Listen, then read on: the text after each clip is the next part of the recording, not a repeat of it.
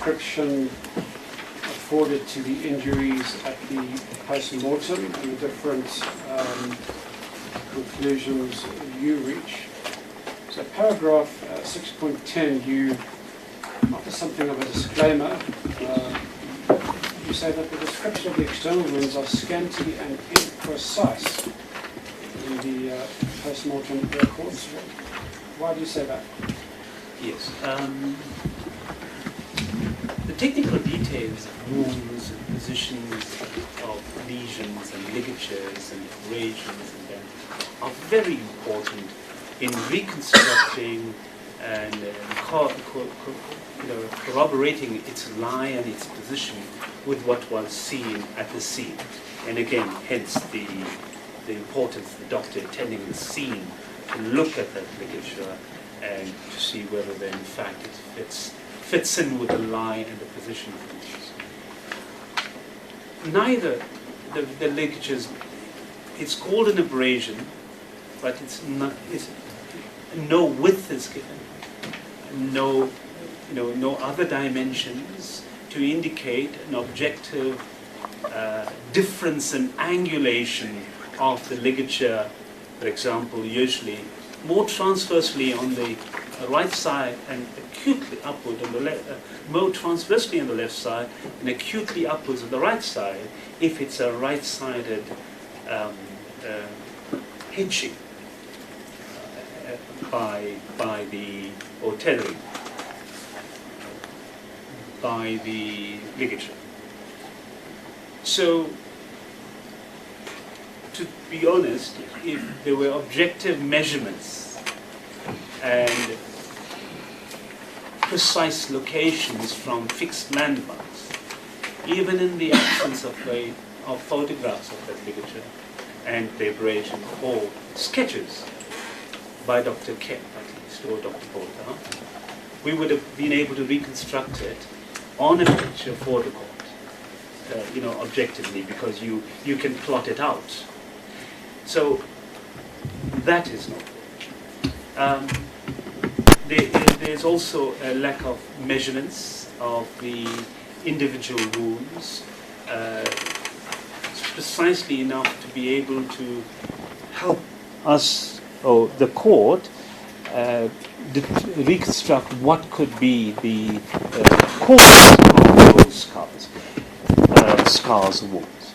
For example, the scars, the 4 scars or the 5 lesions in the back are unusual in a patient who has no history. He was otherwise well kept. He's got no other lesions apart from the old manifestation, which also wasn't recorded at the autopsy, the manifestation of the old femoral or tibial fracture that was, according to his history, from a previous childhood accident. So the scars over the back, the 4 scars, each of them suggesting, which I will come to later. Perhaps let's just pause for a moment. We're about to get to the scars over the back.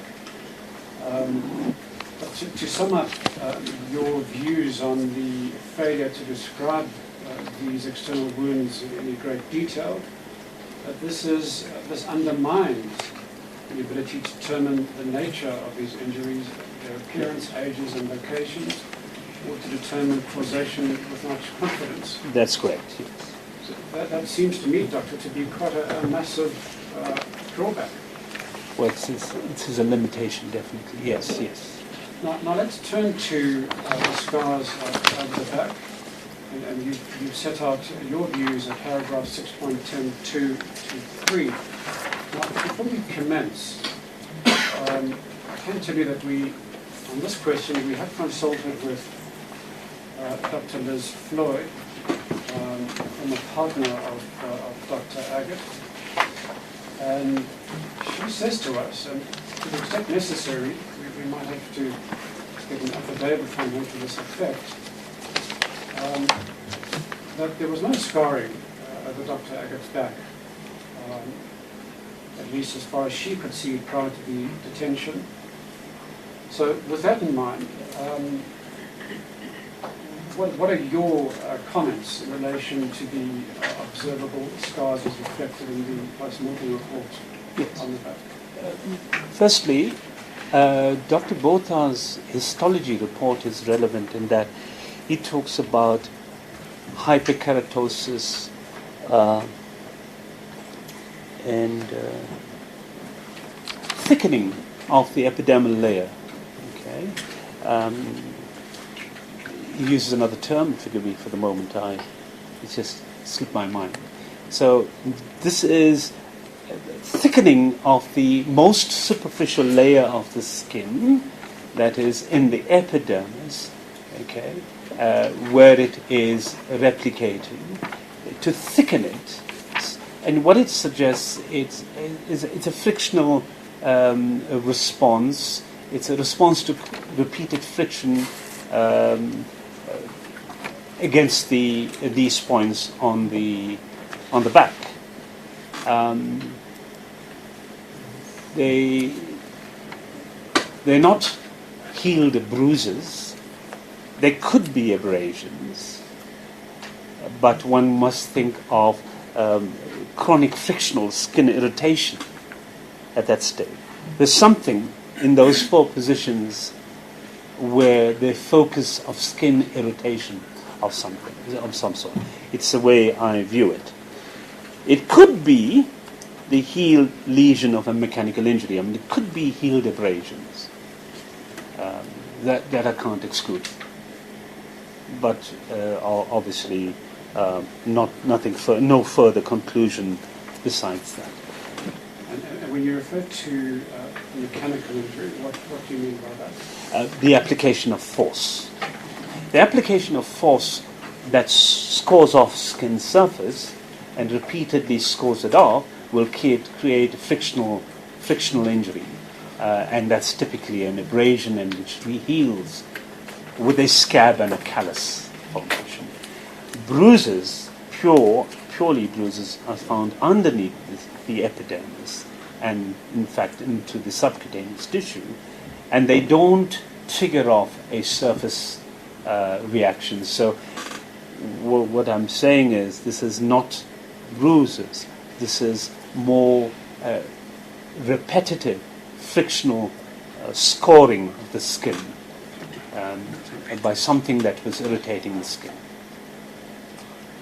So when you say the mechanical injury is application of force, presumably that's with an object of some sort?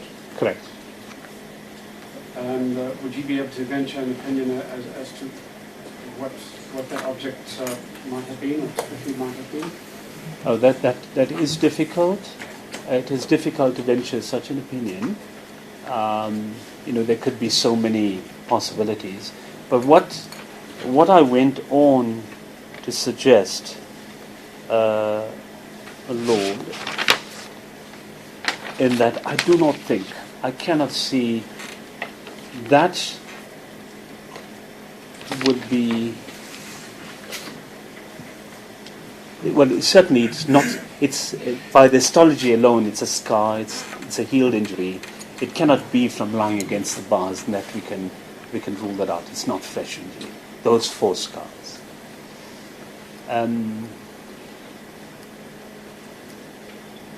It could be any irritating, repetitive, chronic or repetitive irritating force. I'm not sure if I can venture any other suggestion. Okay, I'm not going to force your hand on that, but can I just find out, what does the postmortem say about those scars? Are they fresh scars or? Those four, my lord, Yes. were scars, healed scars. The healed scars. Yes, confirmed on histology. Healed scars of that chronic, repetitive surface friction. There was another triangular fresh injury on the right upper back side, and that's a separate lesion from the scars we're talking about. Yeah. Dr. Nada, can I encourage you, whenever you feel free or wish to do so, to point out on your enlarged sketch at the back of Dr. Aggett. So currently the four scars, perhaps you can point out for the court's benefit where on the sketch they are located. My Lord, on the sketch I've created, whatever I've shown is in keeping with what we're seeing on objective images, such as this, and of course the positions of the bars and the ligature. But these lesions over the back are arbitrary. In other words, they so vaguely, and it's coming back to the quality of the description of these wounds, so vaguely described as to their location, that I can only say that this is arbitrary. Okay, and there's two scars on the right side of the back, close to the lower angle of the scapula, so about the right mid-back, and there's two scars, one said to be above the angle and one below the angle on the left back. Now, and if your Lordship would look at the triangular shape on the right scapula, the right shoulder blade, that's that fresh abrasion. So that's fresh, and those other four are scars, old scars.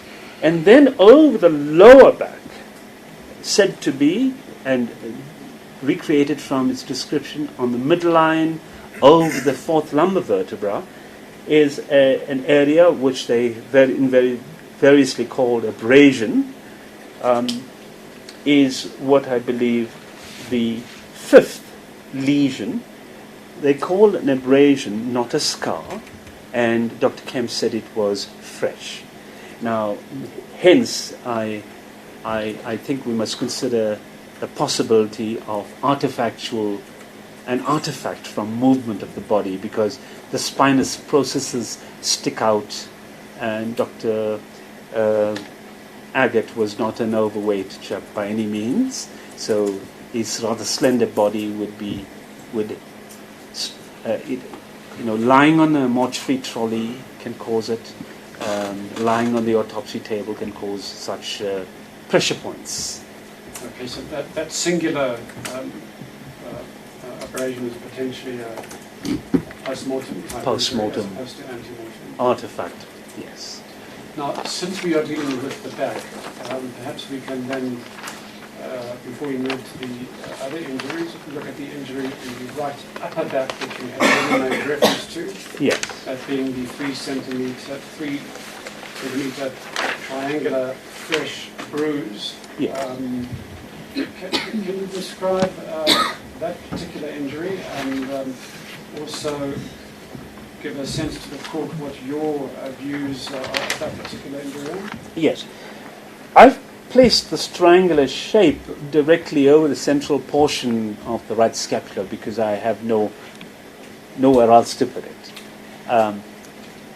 It could be anywhere at the right upper back. Dr. Kemp described it as fresh. He was quite firm and confident about it being fresh. He called triangular 3 by 3 by 3 centimeters. We can triangular, so maybe somewhat like an equilateral triangle. He further said it was due to being a pinching type of injury. A pinching type of injury. Now, if that was fresh and a bruise, yes, it would have been very recent. It would have been just before his death.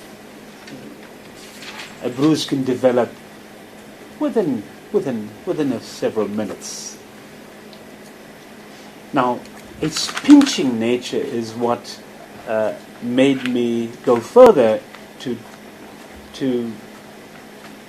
indicate that it's hardly likely to have occurred with the body just lying against the bars the vertical bars as the body is hanging. And that wouldn't cause a pinching nature. If, whether it was self-inflicted and he clambered up facing the bars, turned around and let himself down or dropped himself down, being self-inflicted, or if he was placed into that loop by some third party and either dropped down or let down more steadily, I still can't see that the bars would cause that triangular abrasion. If at all there was something that would have been caused, triangular bruise, if at all some injury would be caused by something protruding or abutting or projecting out of the fairly flat area of the bars at that position, it would cause possibly an abrasion, because the body would, in falling down or even steadily dropping, being let down, would be chafed against something that was obstructed. It would hardly cause a clearly triangular lesion, and it would have been an abrasion rather than a bruise, or a bruised abrasion.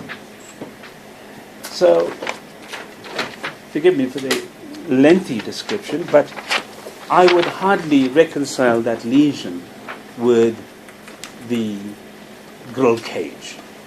I call it a cage.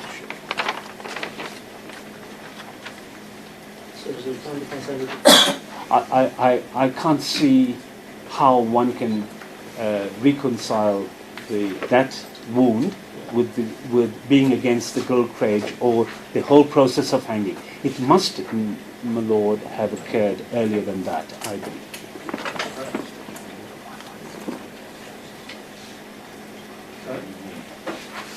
To be fair, you haven't been in the cell B15, so I'm not going to put that to you. But it's an aspect that we will look into further as to whether there is a possibility that the bars could have caused such an injury.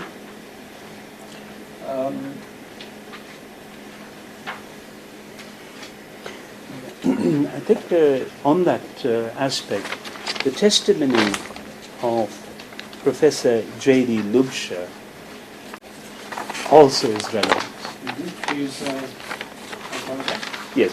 I have had that portion transcribed by a willing colleague, and I believe that it was correctly transcribed. And Professor Lubscher, this is a report on his university letterhead. Can we just pause for a moment? And the reason why we have to pause, you're referring to the two-page pathology report of Dr. Lubscher. That's right. Yes.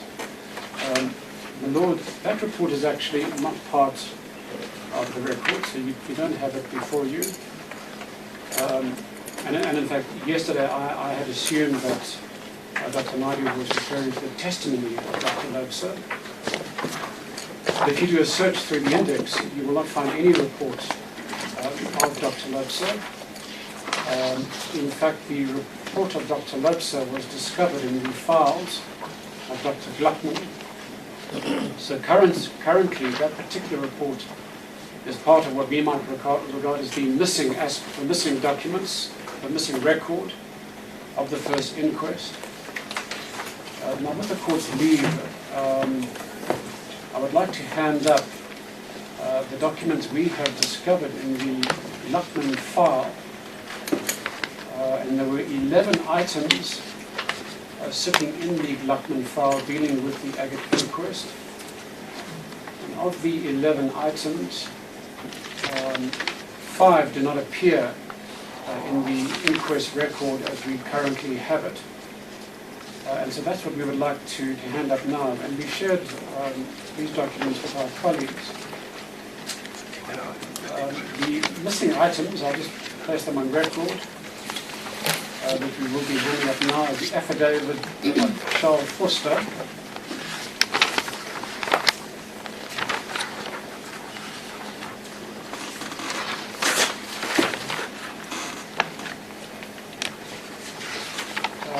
The autopsy report by Dr. Burta, dated 21 February 1982, which is not to be confused with his later report dated 25 March 1982. A letter from W. Lane to Dr. Glickman. W. Lane was the lead attorney for the Aggett family at the time. Various materials sent to Dr. Glickman. And finally, the pathology report by Professor Lobser, which is the two-page report that Abatanadi now wishes to refer to. There was one other item that is also missing and is reflected in this file. That's the SAP circular. But my lord, that we had already put up as Exhibit G11. So with the leave of the court, we would like to hand up these missing documents as Exhibit G25. And then, Lord, we have marked the missing documents G25.1 through to 25.5. So in fact, the pathology report of Professor Lobser is marked G25.1.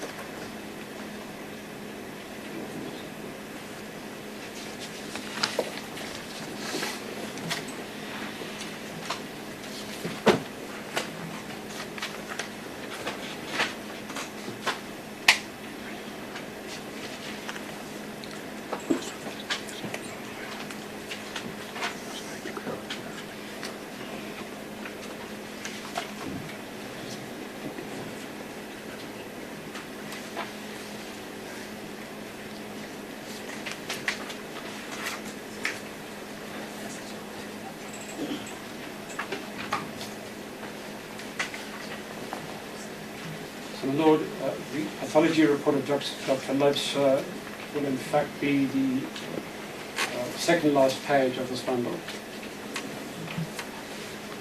I apologize for interrupting. Please proceed.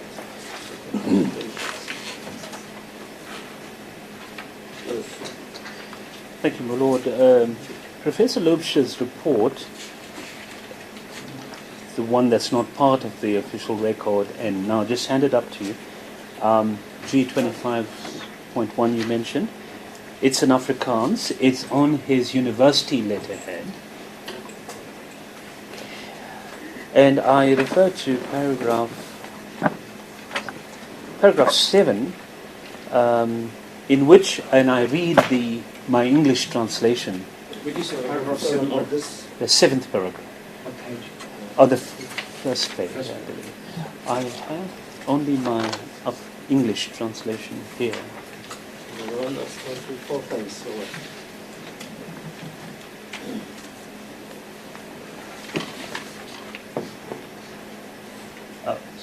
It will be this second page. Thank you. Thank you, my Lord. On the Afrikaans text, it will be the second page, first paragraph on the second page. Yes. And I read shall I read the Afrikaans? I think first read the Afrikaans and then you can upload translation. I read the Afrikaans and apologize for my pronunciation if I am incorrect. Volgens my mening sou die ophang ook verwys na die fotos vir die merke op die rug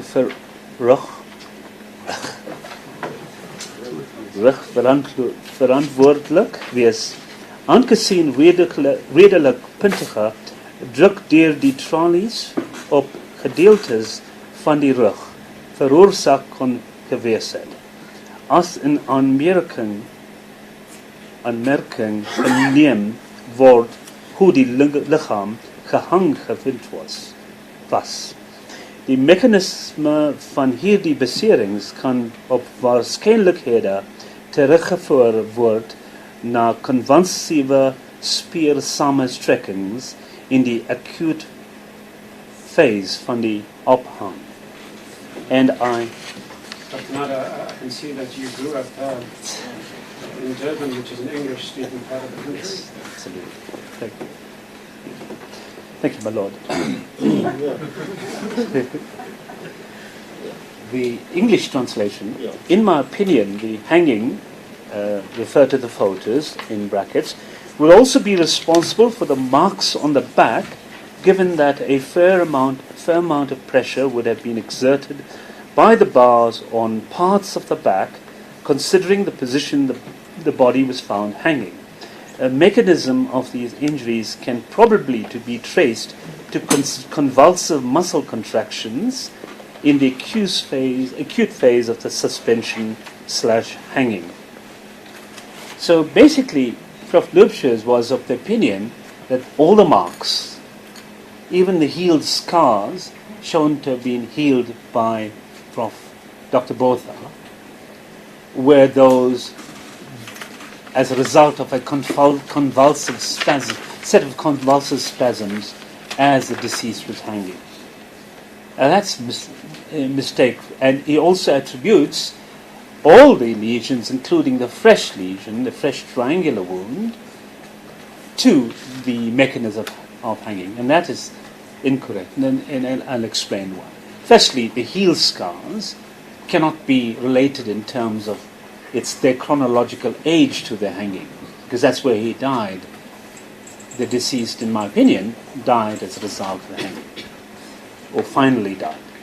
The other thing is, we do know that, actually we think that it is correct that a body in hanging, very few people have seen people hanging, goes into convulsive spasms. But the only wound we must try and reconcile would be that triangular wound. And as mentioned earlier, that would only really occur if there was a projection from those bars, and perhaps triangular in shape, if that's what we're led to believe, and abutting against the body as it was convulsing or hanging. That would be the only possible way such a bruise would occur.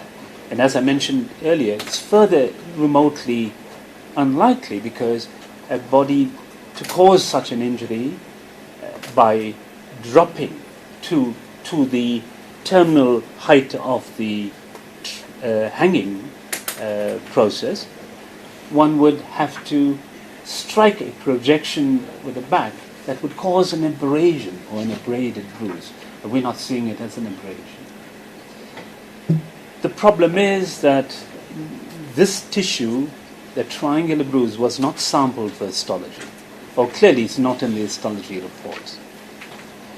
What had been sampled was the lesion of the skin of the abrasion of the neck that was sampled, not the lesion not the fresh bruise over the back.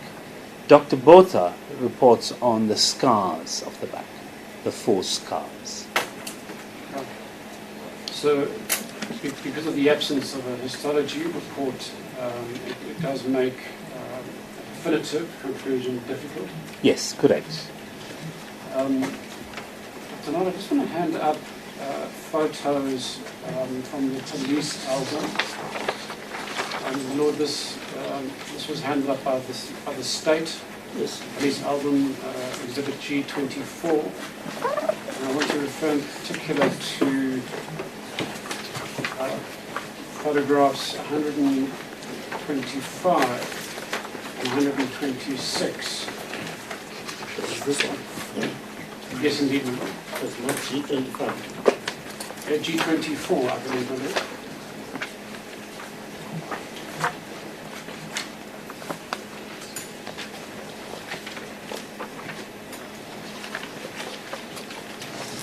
So this is probably, these two pics are probably the best two close-up shots we have of the bars. First page? Photo 125 and photo 126. So that would be towards the end. It doesn't look as if these pages are numbered, unfortunately. The photo numbers are at the top of each photograph on the left-hand side.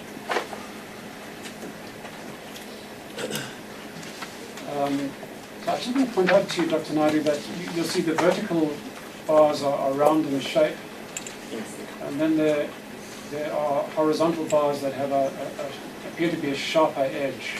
Yes.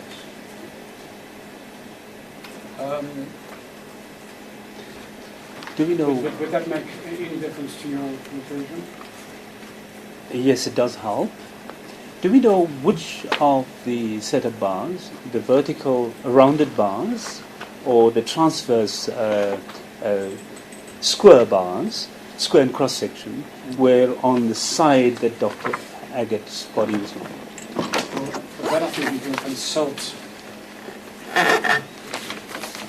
the picture FGK 71.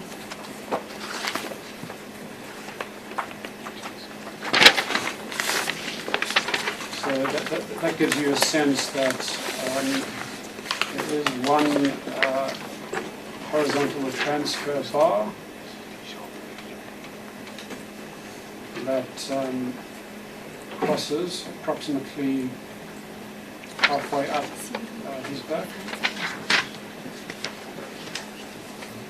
What can be seen is that the transverse bars, the sparse transverse bars, or the horizontal bars,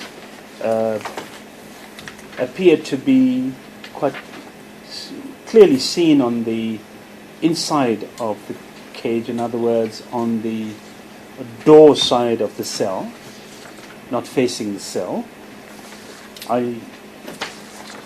I'm not sure on FGK 7.1 if those transverse bars were also projecting onto the inside of the cell.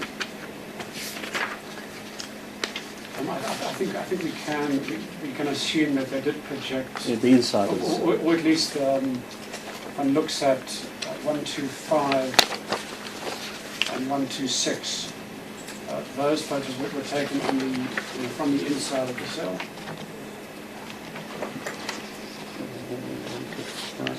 Oh, yes. Yes, okay. So thank you for that.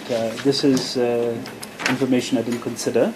It is the transverse bars also project on the outside, on the inside of the cell, in other words, facing the inside of the cell on the side that Dr. Aggett was lying.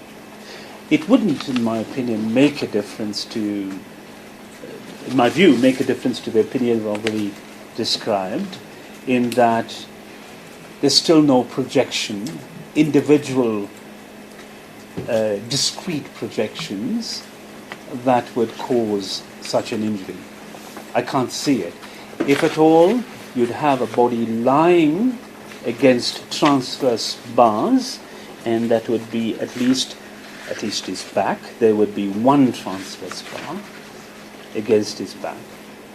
But I cannot see that causing a single triangular 3 by 3 centimeter abrasion where there's no, on these photographs, there's no projection. Yes, and there's certainly nothing triangular about those Yes. bars, either they're vertical or horizontal. Correct. And an additional factor is that he's wearing both a shirt and a sweater, Yes. which probably provided a measure of protection as well. Correct. Insulation. Or Yes, protection. So then to sum up, Dr. Naidu,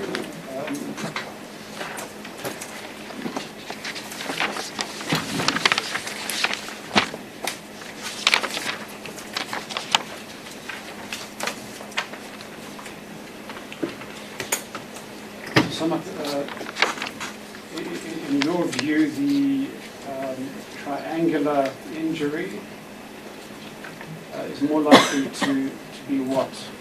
I believe the triangular injury would be more likely to be a pre-existing lesion before he was suspended. There is also another reason that I express that view, if I may explain. Yes, please. If the court would recall, my lord, yesterday I did mention that the onset of death, the onset of unconsciousness would be almost immediate, and the onset of death would be very rapid. Now, for a bruise to form, it must evolve into a bruise. In other words, there has to be at least several minutes of survival for a bruise to evolve, for the bleeding to the blood lost to be to extravasate, or shall we say, to escape out of injured blood vessels into the tissue to form a well-formed bruise. And this is 3.3 by 3 centimeters, quite a large bruise. Now you need that manner of time, nature of time. So much so that we describe a principle of examining victims for doctors, that you call them again for repeat examination, because a person injured and you see them, if you see a patient injured immediately after the injury, call them back and see them the next morning, you'll find that the injuries and the swelling has evolved significantly. This does apply to bruising. So, in other words, let's assume, and I'm confident of being correct, that Dr. Aggett died very quickly because of that presence of the subendocardial hemorrhage. I don't think that bruise would have time to evolve that way, to develop, to manifest like that, as large as that in any event. So therefore, that, in my view, is a bruise that was pre-existing and antedated the hanging. And indeed, if we can cut to the chase, 6.10.13 of your report. Yes.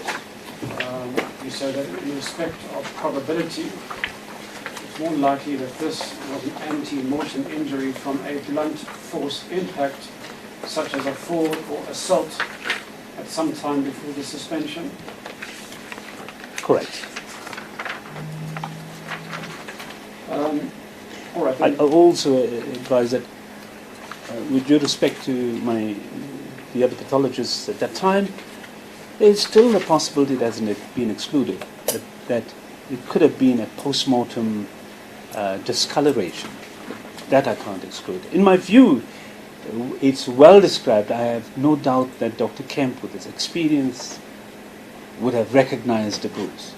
And therefore, my view is that it was most likely a bruise, and a bruise that antedated the hanging. Yes, and indeed, in your report, you referred to that aspect and the way that Dr. Kemp described it as a bruise, and the words you used were, you said so with bold confidence. Yes, correct. All right, I think we've explored the injury on the right upper back. Perhaps now we can move to the right forearm, which you describe at paragraph 6.10.4 Yes. of your affidavit. Yes.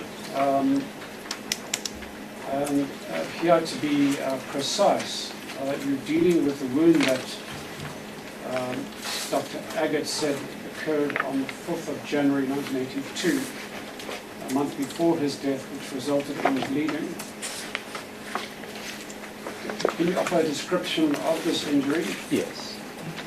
being positioned, as mentioned repeatedly in the evidence, that it was 5 centimeters on the dorsum, that's the outside of the right forearm, 5 centimeters above the wrist, so it would be about there, and being 1,5, also an equilateral triangle, 1,5, 1,5, 1,5 centimeters in diameter, and bleeding. So I believe the possibility it was an area of skin loss. In other words, a tearing of the skin, a laceration. And being triangular shape, it could have been a flap of the skin as possible, or a total skin loss.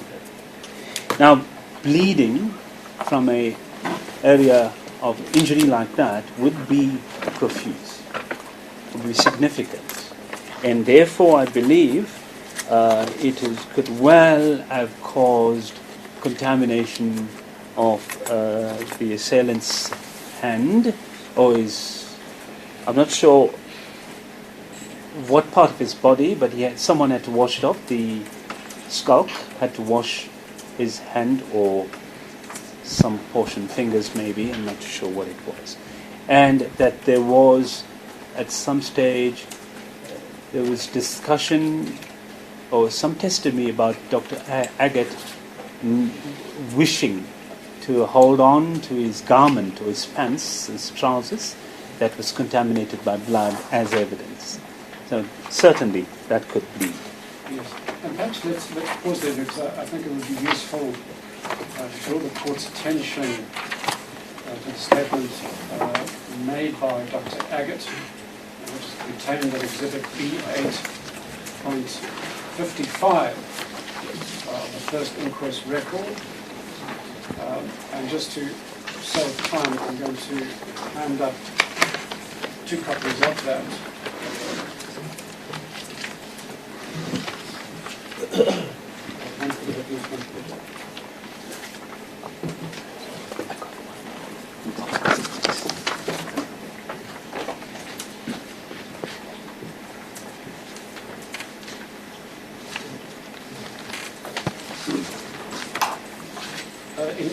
I don't want to interrupt your flow, but I will bring you back to this report, because there is a paragraph which appears to be consistent with the description you're offering of the injury in question.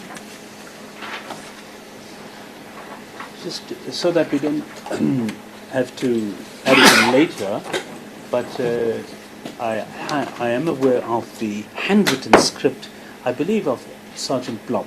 Yes. So the court is aware of that. Okay. Because I believe that there's alterations in Dr. Aggett's handwriting. Yes, indeed. And we've put up the typed version of that document, which is somewhat easier to... Okay. Sure. So, shall I go ahead? Please proceed. So, just going ahead, still on the triangular wound of the right, on the dorsum, the outside of the right forearm, or shall we say the lower part of the forearm, because it's about there. And I point to the just above my right wrist. The note that Dr. Aggett made about the wristwatch of Van Skalkvik. Am I correct? Is that Van Skalkvik? Yes. And perhaps just to assist you, Lord, if you look at the 5th paragraph of Dr. Aggett's statement, Yes. the relevant portion of the 5th paragraph, and I'll read it into the record. This skulk wore a watch which cut my right forearm, and it was bleeding. Later, this skulk went to wash off the blood that was on him. Yes, that's correct. That's a portion that applies. The assault, as he described it, and I read in the same paragraph, Skulk would assault me.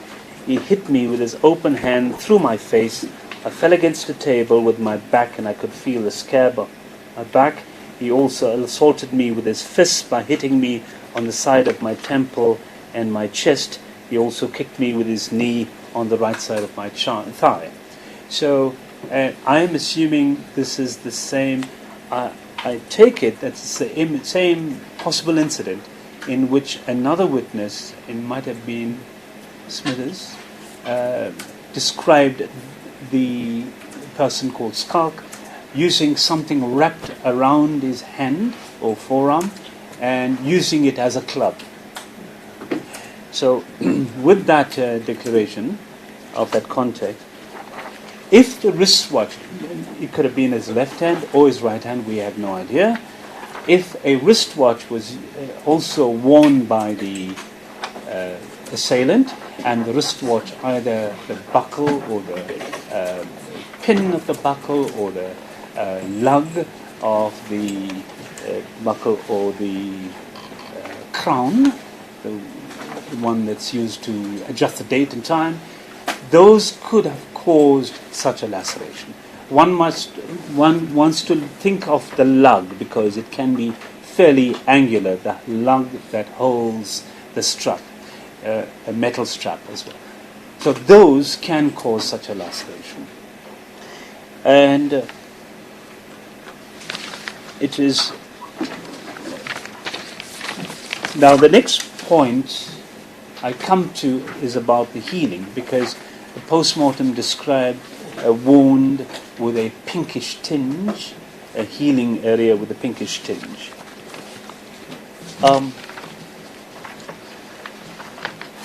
I may just describe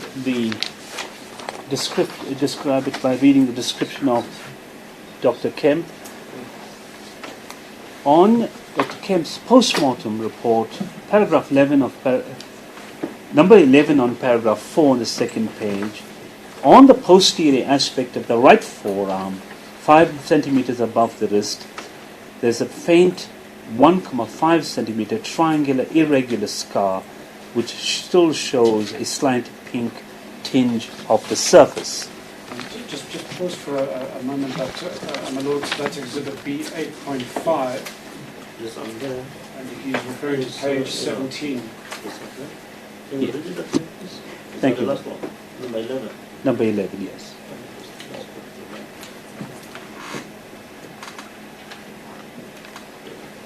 Yes. Yes. So, the Lord, he refers to it as a scar and the pink tinge. Now, we are trying to correlate it with the wound, the allegation, almost exactly 1 month earlier.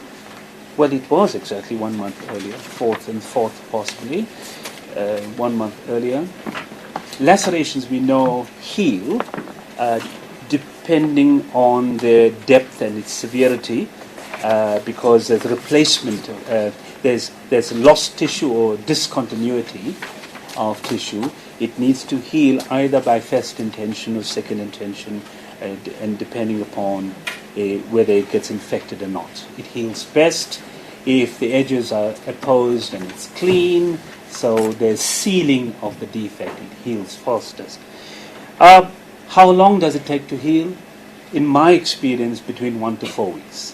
Very superficial ones will be healed by 1 week, 1.5 weeks, and little deeper ones will heal by 4 weeks. Usually ordinary minor lacerations. I'm not talking about major skin wounds and defects.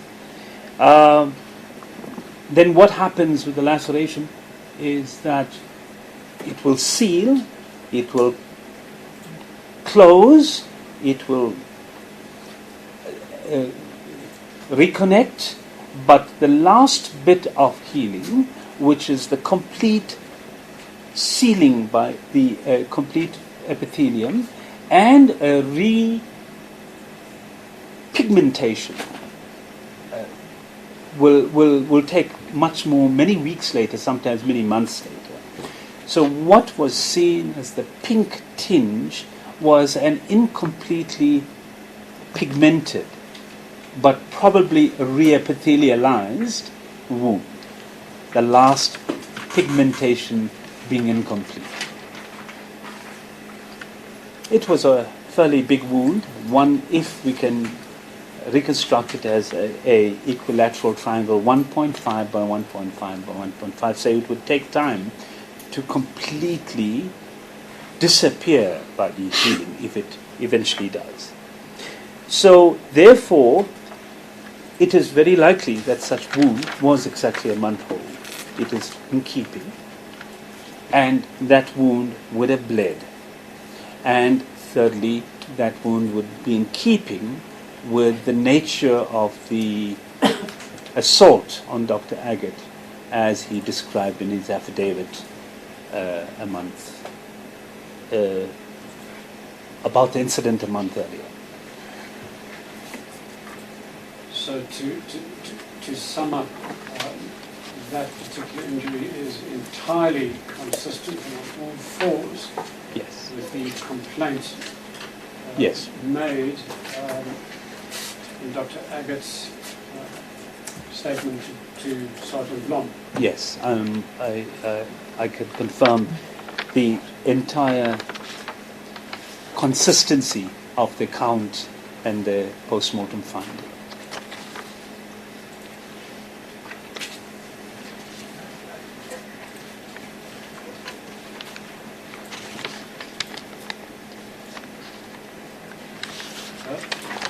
Now what the witness has referred to evidence to suggest that Schulk had wrapped some fabric around his forearm.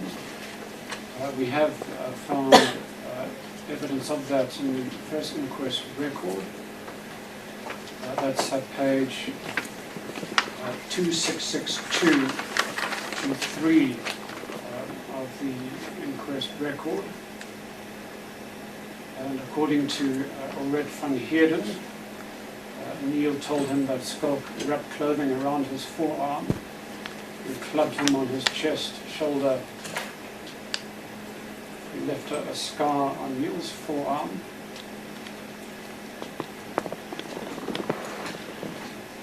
Dr. Naidu, let's move to other injuries.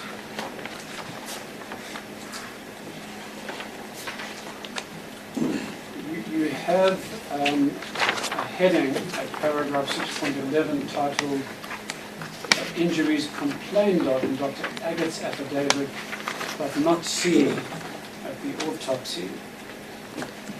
And you commence with injury on the back. Yes. The reason I put this, my lord, into this section, those we have done with the injuries that were complained of and seen at autopsy, or injuries seen at the autopsy, and now we deal with injuries that were complained of in Dr. Aggett's affidavit, but not seen at autopsy.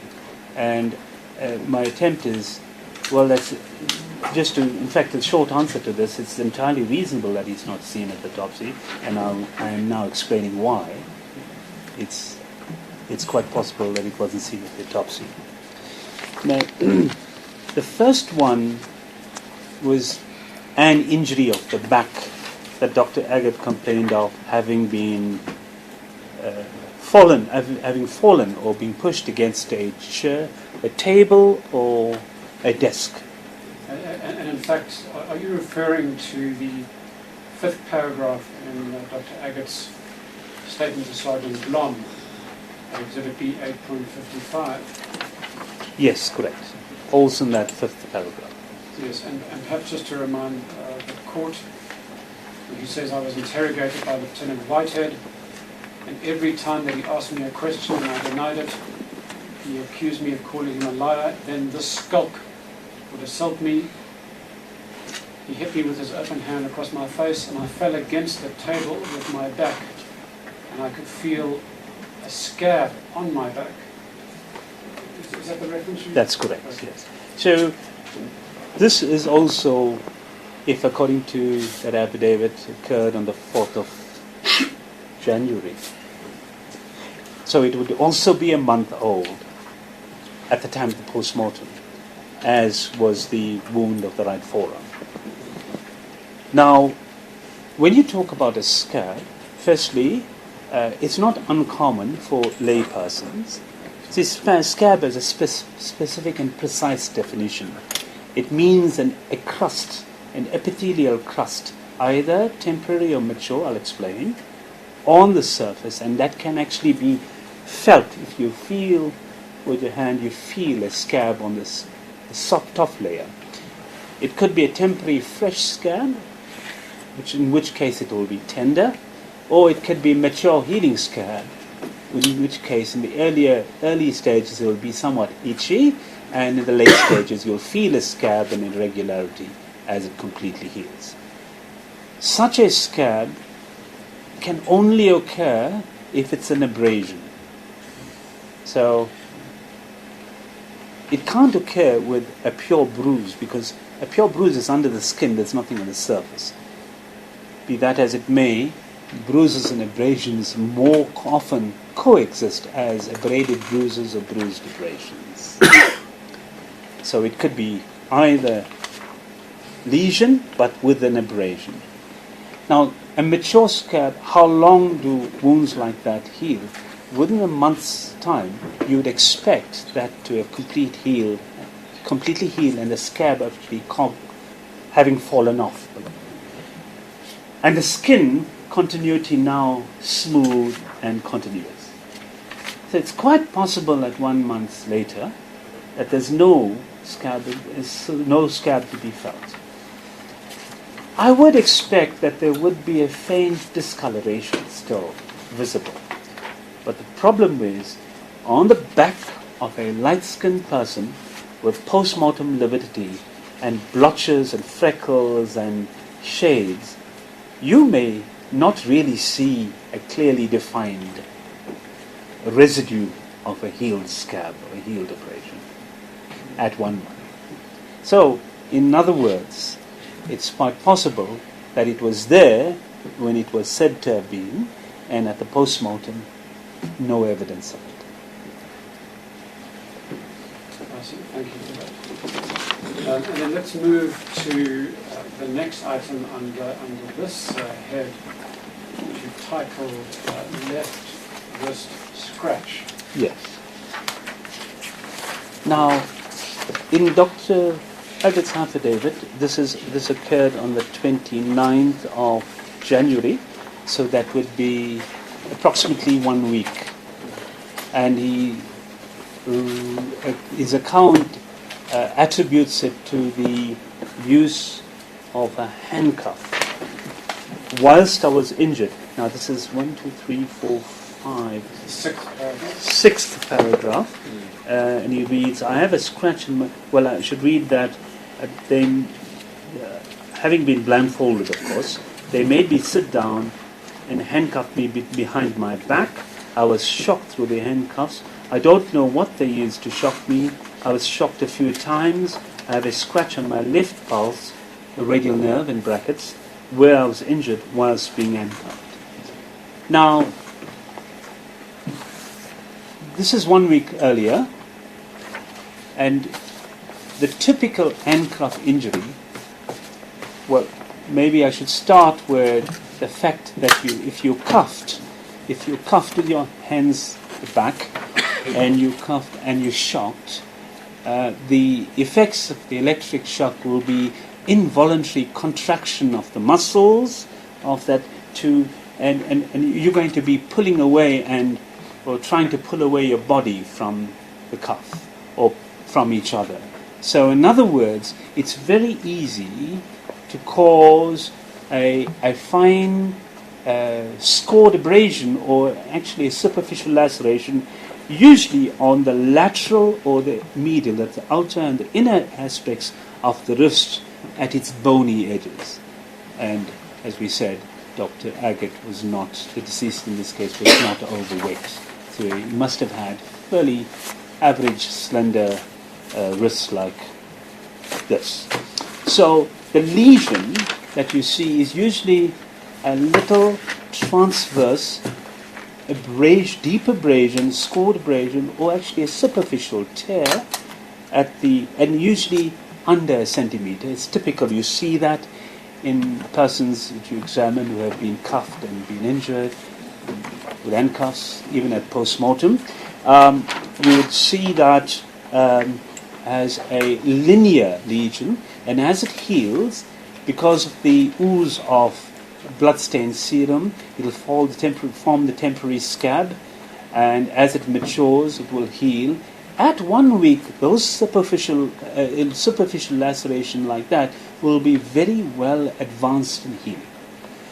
So it's quite possible, my lord, forgive me, it's quite possible at a post-mortem 1 week later to find that you can't really make out any residual feature of a handcuff lesion, superficial injury or abrasion still there. So it's quite possible that you will not see it. And bearing in mind the hairy hand, the freckles, the post-mortem changes, the blotches, the blemishes, etc., over the back, over the hands, you're not going to easily make out something that's vague and almost fading. Hence, my lord, it's quite possible that they couldn't see it at post-mortem.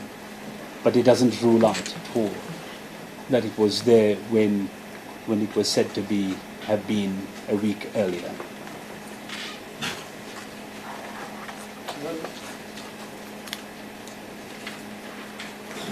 Dr. Naibi, before we proceed, I just have to make sure that we're not cutting into tea time.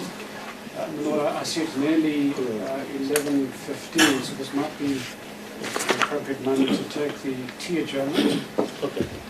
My Lord, just to advise that I still need a little time with this witness. But as discussed with your Lordship in Chambers, there is agreement on the part of the legal teams to use this afternoon. Thank you. All right.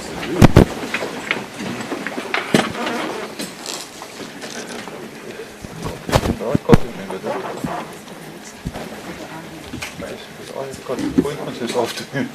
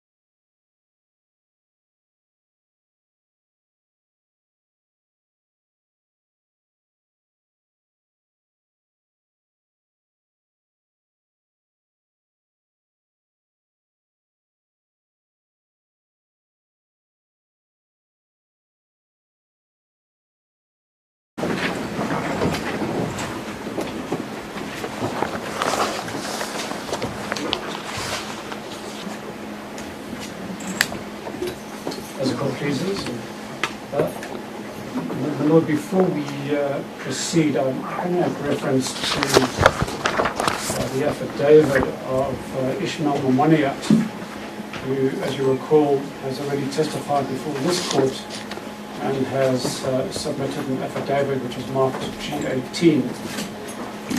I do have a copy of G18.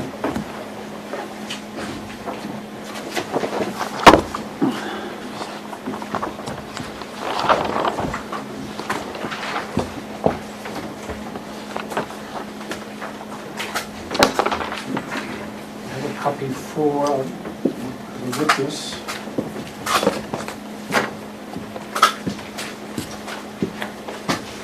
And if the court prefers, you can also hand up another copy.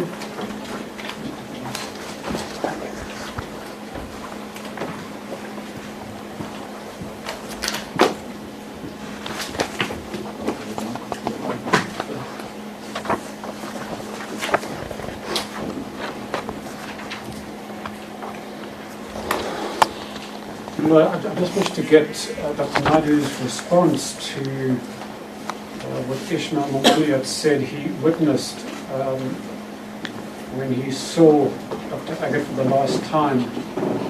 And this, he said, was on Wednesday, 3rd February. Although he says that he can't remember for sure, but it may have also been on Thursday, 4th February. And my Lord, I'm currently looking at page 23 of Mr. Momoniat's affidavit, really from paragraph 67 all the way through to 70. Perhaps I can just paraphrase essentially what he's saying, that when he saw Dr. Aggett either on the morning of Thursday, that was Wednesday 3 February or Thursday 4 February, he greeted Dr. Aggett, he did not respond. Found that to be really strange. And in paragraph 69, he noticed Dr. Aggett was oblivious to what was going on around him. He was in a daze, just staring blankly at the wall. In paragraph 70, and perhaps I'll just read this one verbatim for Dr. Naidu's benefit. I also noticed that on Dr. Aggett's forehead, probably on the right-hand side, above his eyebrows, there appeared to be a large mark. The mark was about 3/4 of an inch in diameter. It was circular in shape. I got the impression that it was a bruise or injury. It was dark red in color. The mark stood out, and as soon as I saw Dr. Aggett's face, I noticed it. I observed him for a while the sign-out process was being completed. I will never forget this mark, which I definitely saw because it proved to me that he had been beaten up. Now, Dr. Naidu,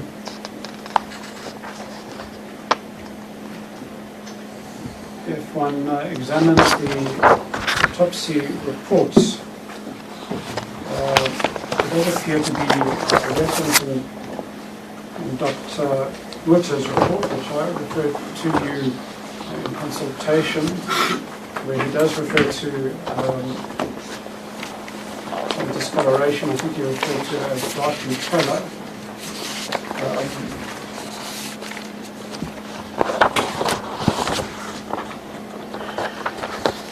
And secondly, I wish to refer you to paragraph 6.2.17 of your own report.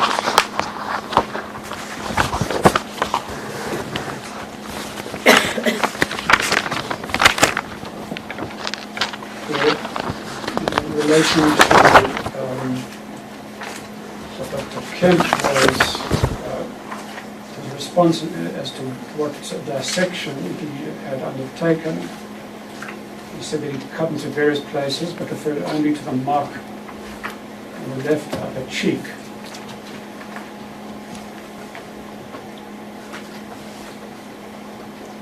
So could you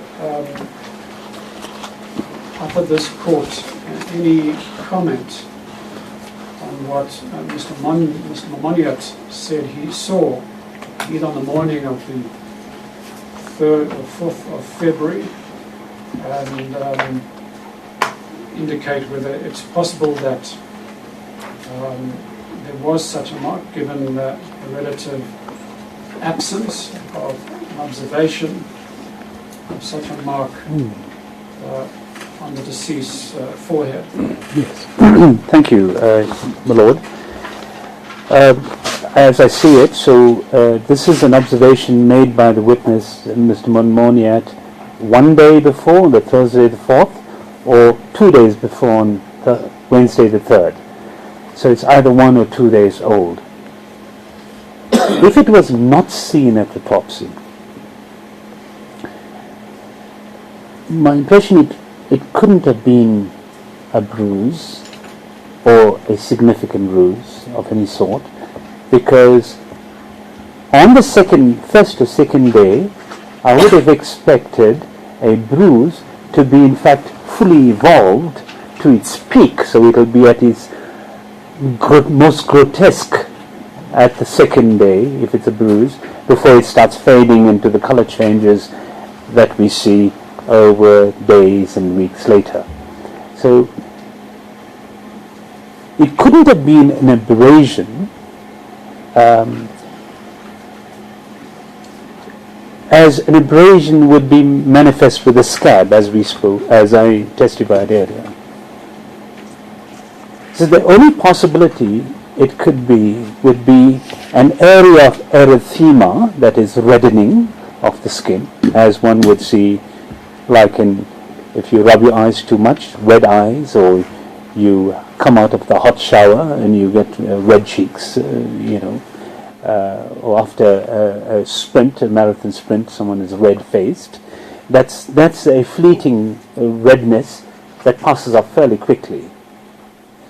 But then it could be a spot of dirt, okay, that hadn't been washed off, and one doesn't know what sort of allowance towards ablutions, or whether Dr. Aggett at that point in time was so in a state of mind that he didn't take care of his ablutions, or it could have been a spot of grease, or similar. If it was a superficial blister, very superficial, there might just be the possibility that it was, and if the blister had detached and dried fairly quickly in 2 days, there might be a possibility that it might just not have been apparent at the post-mortem. So, to summarize, an area of erythema, reddening of skin, such as in a irritative reaction to itching. Just on that score, if there was this reddening, is that likely to have occurred because of something that happened in the very recent past prior to the observation? Yes, it would have been more than likely fairly recent, because if at 2 days later, 1 or 2 days later, it had disappeared, largely disappeared, it was very fleeting. So it would have been fairly recent. By default, something that is very recent, something that is very fleeting, has a short period of time. So it would have been of survival, of persistence. So it would have been very recent as well. Okay, I'm just trying to put a quantitative sense of what is recent. Are we talking perhaps minutes before he was seen by Mr. Momoniat, or perhaps this could have occurred the day before? Minutes to hours, but it just could have been something that also a day before. But I would think that it was fairly fleeting. If it was a patch of erythema, that is a localized inflammation, that would be in several hours at least. And could that possibly be caused by, for example, a slap to the face? Yes, it could. a slap to the face. Or the side of the face at least? Yes, to the side of the face, the side of the forehead. It could. Or maybe a slap to the side of the head with a little bit of overlap onto the forehead. That could be possible. And that would be fleeting if it's erythema, because it's not manifesting with a bruise fully. When you say fleeting, if it happened the day before, would the reddishness still be present the following morning? Probably not the day before. So it would be shorter than that, much more temporary than that. Yes. Erythema passes off very quickly.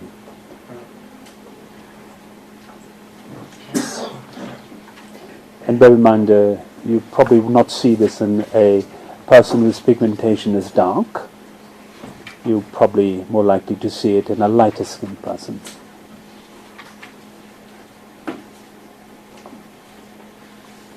Okay, then let's move to your next substantive heading, which is a paragraph 6.13 of the report, which you titled Consequences of the Methods of Interrogation Described in Testimony, including the effects of sleep deprivation if accepted as employed during the last few days of Aggett's life.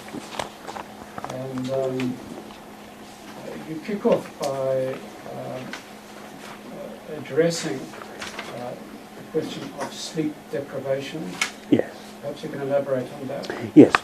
Maybe I should declare at this stage, my Lord, is that this is the only area in my report where I extend myself, come out of the enclosure of forensic pathology analysis.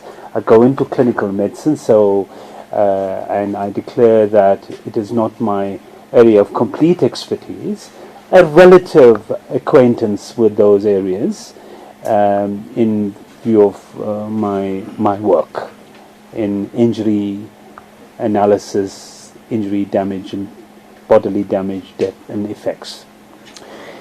So I do entertain that this is, consider that this is a clinical field.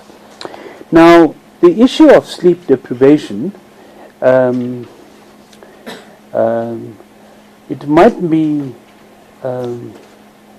almost like axiomatic. We don't have to prove this because we all know this from experience. But sometimes it's well worth looking at the objective findings of research. And but what we do know is the facts available to us are that Dr. Aggett, over a period of 62 hours, there was either complete sleep deprivation or a relative sleep deprivation. There's two different bits of source of information. I'm not sure, and I can be corrected on this, whether it's a complete sleep deprivation for 62 hours or whether there was a period of 14 hours of sleep only over a period of 62 hours over this long weekend of the 28th to 30th of January 1982, a few days before he died. Yes, which is, I suppose, euphemistically referred to, at least in the first inquest, as the long weekend. The long weekend. And where did you source this information from? Yes. Perhaps just to save time, it does appear Yes, in the statement of Dr. Aggett, but you say yes. in paragraph 6.13.2 that it was calculated that Dr. Aggett only slept for 14 hours over a period of 62 hours over the long weekend of 28 to 30 January. Yes. And this at best amounts to 5.4 hours for every 24 hours. I assume that you generated the information of some sleep over the long weekend from the evidence of the police in the first inquest. Yes, it was from the police, my lord. I'm afraid, I apologize, I didn't got the page reference of the transcript, but it was definitely there, and I took it as correctly as possible. Okay. No, that's okay. My learner juniors will find that reference, and you'll hand that shortly. Yes. But on the evidence of the police, what is your commentary? Even on the evidence of the police that he had some sleep, this would amount to 5.4 hours of sleep for every 24 hours, if the evidence is true. And my instinctive feeling, this is obviously not enough.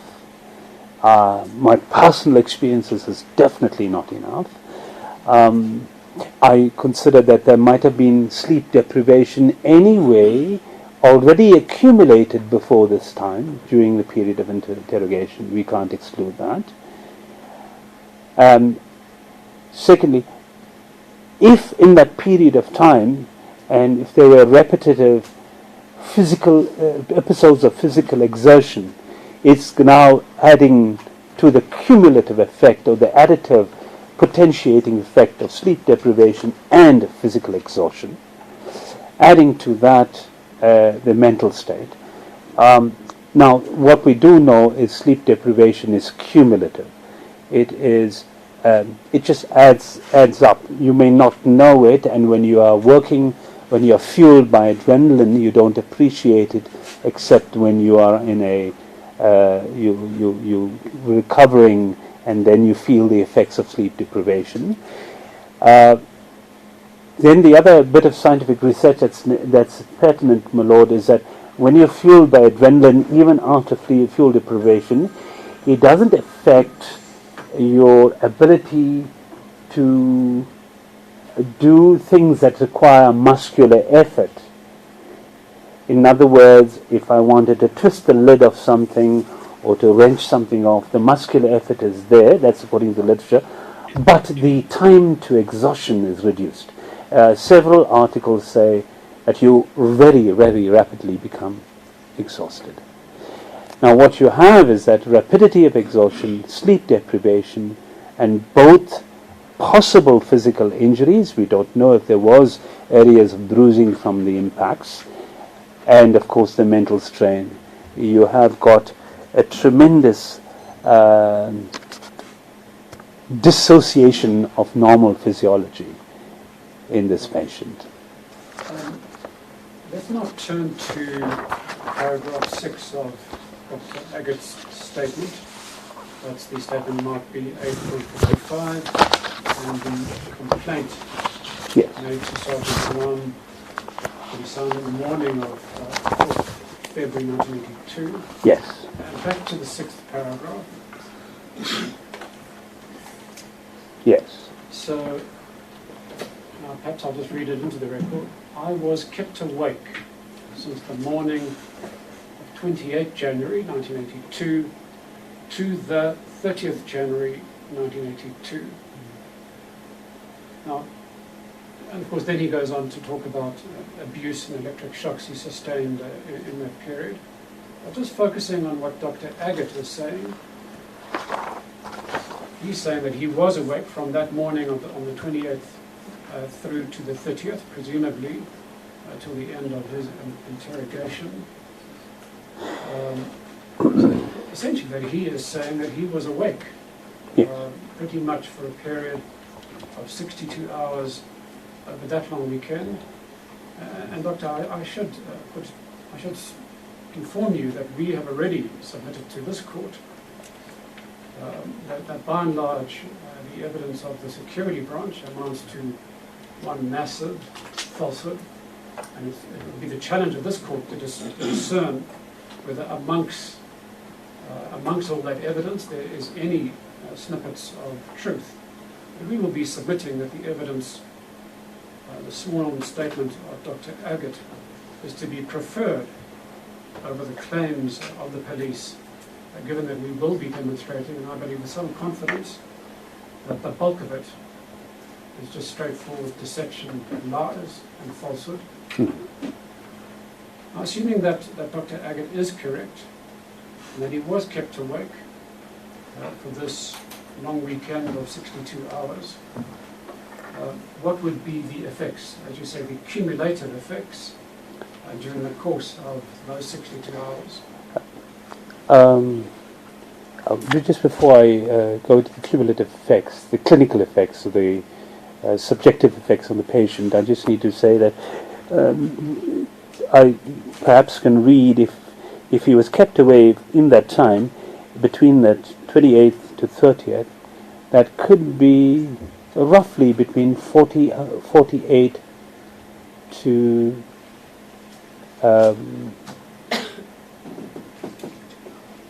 48 to 60 hours at least of continuous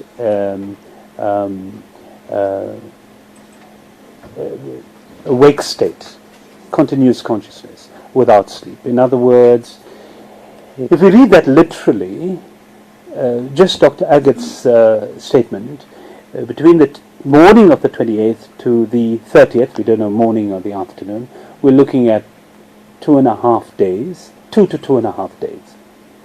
This not be 48 to 60 hours of continuous wake state. Okay. Well, we will shortly indicate when that interrogation ended, but it does appear as if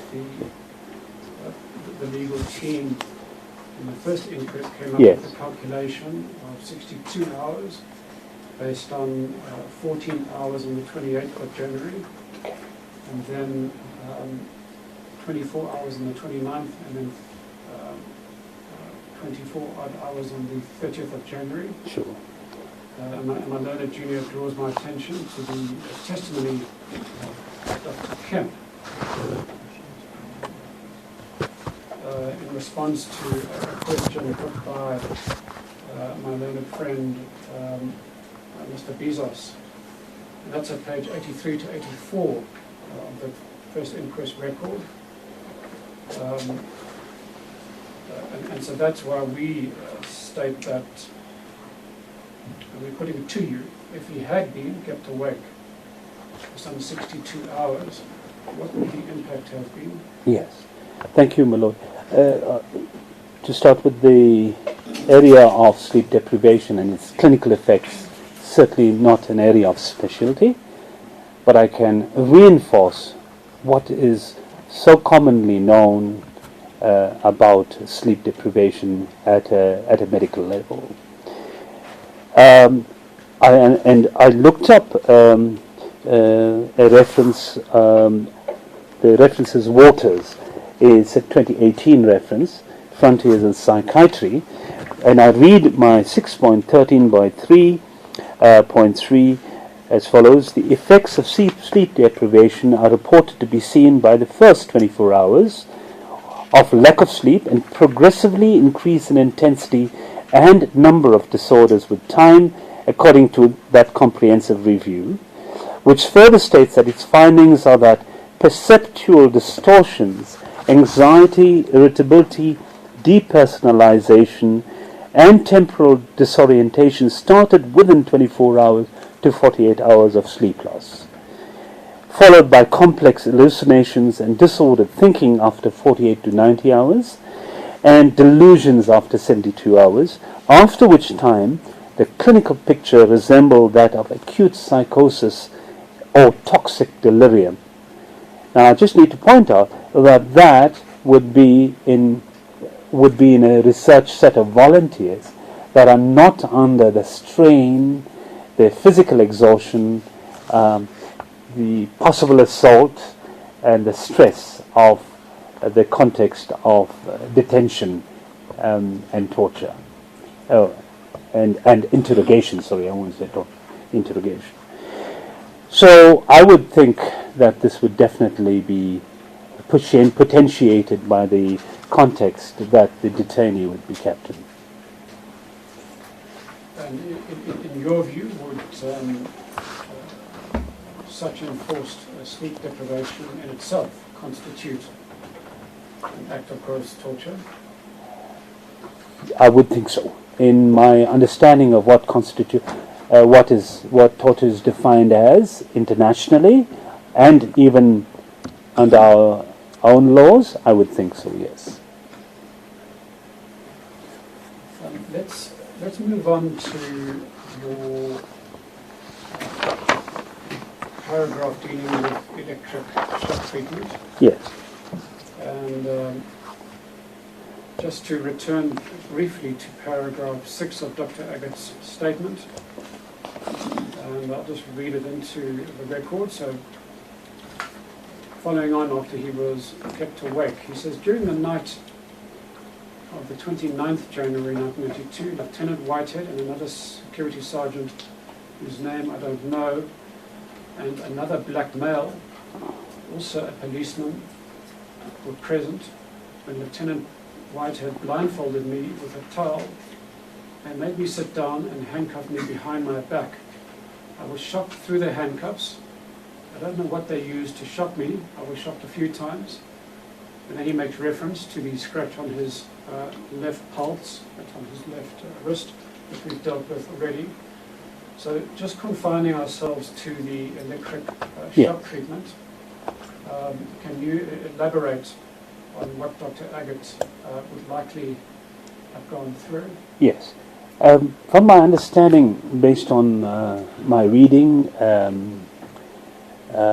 and teaching of the use of electric shock, electric current generation in detention, in abuse cases, and in torture, it's not live mains electricity that is used, but usually a handheld device with a dynamo that generates a current. Now, the understanding, and I have not got personal experience with this, is that the current strength and the voltage delivered, whilst it causes painful contractions, painful and sustained contractions of the muscles of the involved part of the body, at least to start with, it's not the kind of voltage and current strength that would be immediately fatal. So it's used to be disabling, to be distressing as an effect, but not fatal, which is what I understand. I also at the same time know that there may have been, and I believe it is in one case that I was personally involved in, it may have been a case in which electric currents applied, for example, with crocodile clips to the nipples of a male, might have resulted in his death, because what the current would do is pass across the musculature between the two electrodes, and of course the heart muscle is one that might have been involved. And of course, thirdly, there might be cases in which an individual with a susceptible comorbidity, that means such as an already diseased heart or severe coronary artery disease, subject to minor electrical impulses like that, may just be the trigger to fatality. So, and the other thing, Lord, is that typically electric shocks are applied in such a way that over a wide electrode, such as using a wet cloth around a particular limb, you distribute the electrode active surface over a wide area, you won't get a localized burn lesion, because electrical injuries can cause burns or some epidermal changes if it's not burns.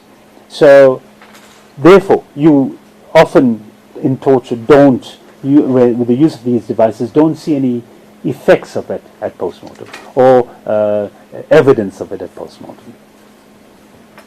And if those applying the electric shock treatment perhaps do so in a clumsy way, is it possible for the victim in question to pass out? Yes, I believe it is possible. The shocks can cause you, the application of electricity to cause you to convulse. That itself, convulsions may cause a state of unconsciousness.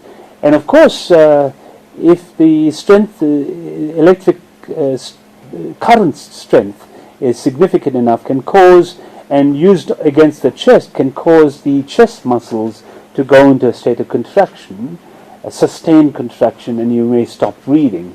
That might also induce a state of lowered oxygen tension. Whether it would be possible to cause someone to collapse without, as a result of faint without oxygen, is possible. I have no better, I'm just trying to analyze the science of it, no personal experience of electrical shock injury itself to that degree. It might be then unfair to put this question to you, but could perhaps excessive use of electric shock treatment cause the victim to slip into unconsciousness, perhaps for an extended period? I think that could be possible. I'm not sure about that. I'm not sure about that. Let's then move to your next comment, which deals with prolonged standing and sustained exertion. There is evidence that has already been led in this inquest that Dr. Aggett was seen not just standing for a prolonged period, but being forced to engage in vigorous exercise over an extended period of time. Yes, here again I speak from just a knowledge of physiology that sustained exercise would again lead to that cumulative exhaustion. And also I felt that the deceased was not the kind of fully muscular build like you see in some men who do muscle building. He was slender. At 1.81 and 60 meters and 64 kilograms, he was lean. So that would mean that the effects of this exertion would be felt within several hours and would continue to be felt cumulatively over days. So an excessive exertion and muscular strain in those that are not conditioned might even lead to a certain amount of pathological changes, such as muscle damage and kidney effects, especially contributed to by dehydration. So there could have been some physiological background, pathophysiological background effects on his constitution. And of course I felt that when I was reading trying to understand what was happening on the Sunday afternoon, and when he did not eat, I believe, after that long weekend, I believe that was prolonged heavy slumber. You probably wouldn't have been able to rouse him to have a meal because his body needed to recover from what he was going through. Thank you. And then let's move to page 33 of your report, and at paragraph 613.7. Can I just ask something before you proceed? On paragraph that was read now, paragraph 5, he was made to stand during the night from the 28th of January to the 30th, 2.5 days, as you said. Yes. But he makes no mention as to whether what effect it had on him, whether his feet were swollen, Yes. Something like that. Yes. What could have been? Yes. Thank you, my lord. I think that was relevant. He was a young man. Yeah. He's probably had good circulation of his peripheries, of his lower limbs. It probably that the circulatory function could endure the prolonged standing over hours repeatedly. But obviously, if he was perhaps an older person with a poor vascular conditioning of his limbs and poor drainage, you would expect that the limbs may swell. Yes, definitely. And sometimes patients are prolonged standing; the limbs do swell. So I think that I would think, in my opinion, Dr. Aggett's condition was probably such that he could have endured 48 hours of lack of sleep with intermittent standing and exertions without showing swelling of the legs.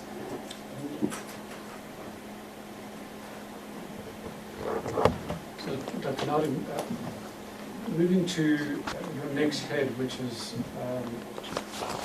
titled Beating, and in brackets slapping and clubbing.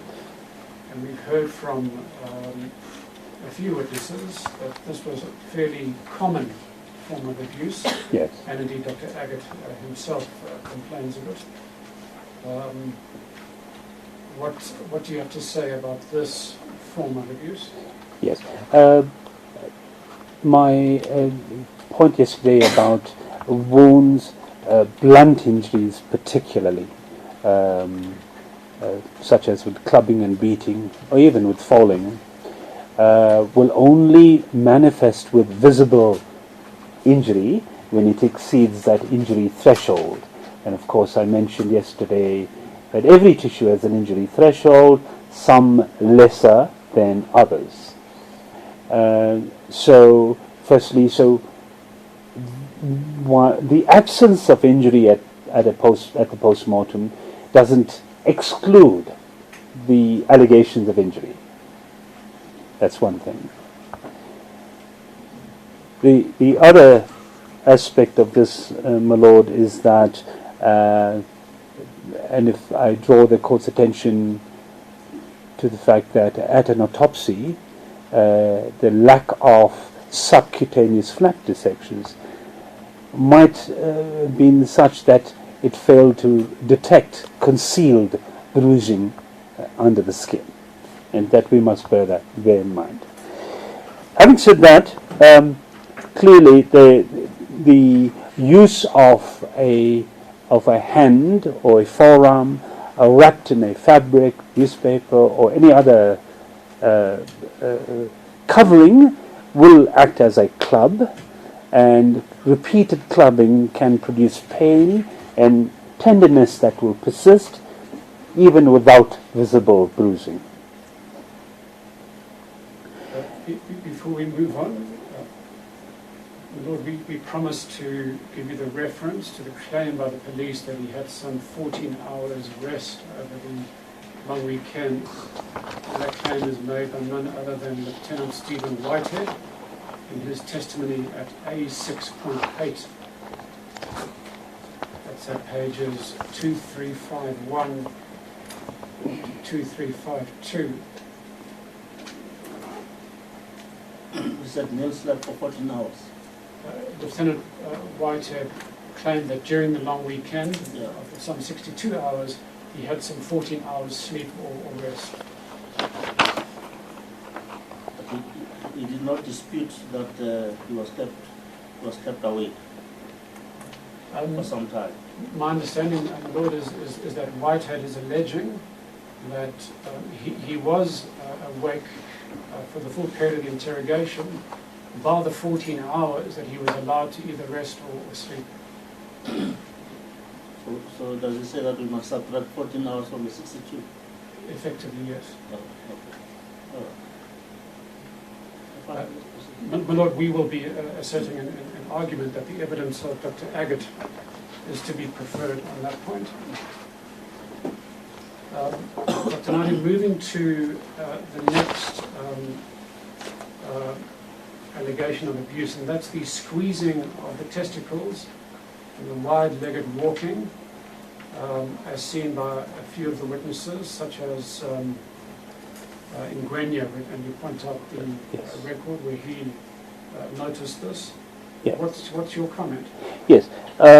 First of all, to start with the hard physical autopsy examination did not reveal any injuries to the testes. This is an assumption that they had exposed, removed, and actually incised, with due respect, incise into the testis. It's a process that we use at autopsy to look for bruising and evidence of bruising, which was the usual manifestation of blunt injury to the testis if there is a visible manifestation. Having said that, having said that there was no injury seen at autopsy, it does not exclude injury, because by far and large, in the greater number of cases of, with due respect, men will know when they kicked in between the legs or struck with a football or a cricket ball, they know that the pain is intensively severe, but there's a rapid recovery because of circulation. There's a rapid recovery, very sensitive area, intensive pain, but fairly rapid recovery. So, despite the absence of physical injury at the autopsy, this may still have been due to manual constriction of the testis, squeezing of the testicles. It probably would have been painful and tender enough for a victim to have to walk with a wide-legged gait, simply just to gently nurse this very sensitive area. So, it's, of course, we all know it's a sexual humiliation in a male, and with rapid recovery of symptoms, though. The emasculation is, the psychological emasculation is much longer, though. Oh, it's permanent. Now, Dr. Naidu, you mentioned in your evidence yesterday that you spent quite a bit of time dealing with the failure to carry out a medical examination at the scene. And you were surprised that this is something Dr. Kemp had not done. And you expressed surprise given that Dr. Kemp, in the earlier matter of the late Ahmed Timol, in fact, had attended to the scene. And, my Lord, I wish to refer you to the judgment in the Ahmed Timol inquest of Judge Motley, and that's Exhibit G 15.1. Do you have a spare copy of the judgment if you need it? No, I haven't. I could refer your Lordship to page 109, 110, from paragraph 292. What paragraph? 292.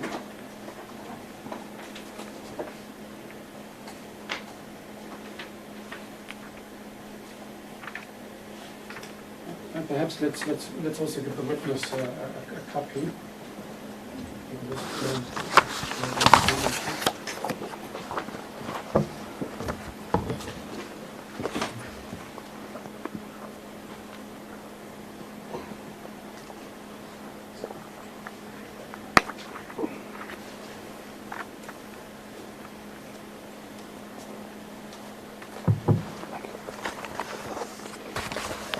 I wish to highlight the rather extraordinary circumstances where Dr. Kemp really appeared to go out of his way to attend the scene. I'm reading now under the heading Evidence on the Time of Fall, paragraph 292. The evidence of the time of fall received by the 2017 reopened inquest left the court with two mutually exclusive versions. Civilian eyewitness evidence by Mattis, Tolkien and Adam state that the fall occurred mid-morning on the 27th of October 1971 between 0900 hours and 1100 hours. In fact, one witness places the incident as having occurred between 1000 and 1030 hours at the time when he was on his tea break in paragraph 293. Members of the security branch led by Rodriguez placed the time of the fall as being between 15H45 and 1600 hours on the same date. It is clear that both versions cannot be true, and that only one of them would be true. Kemp, who declared Timol dead at 1600 hours, alleges in his affidavit that he was called at about 1555 and arrived at the scene at 1600 hours, whereupon he declared Timol dead. And in his statement, he says that Mr. Timol had recently died, hij was pas dood. So there you have Dr. Kemp being notified of an incident at John Foster Square and literally getting there within minutes from his office. And then declaring the Timor to be recently dead.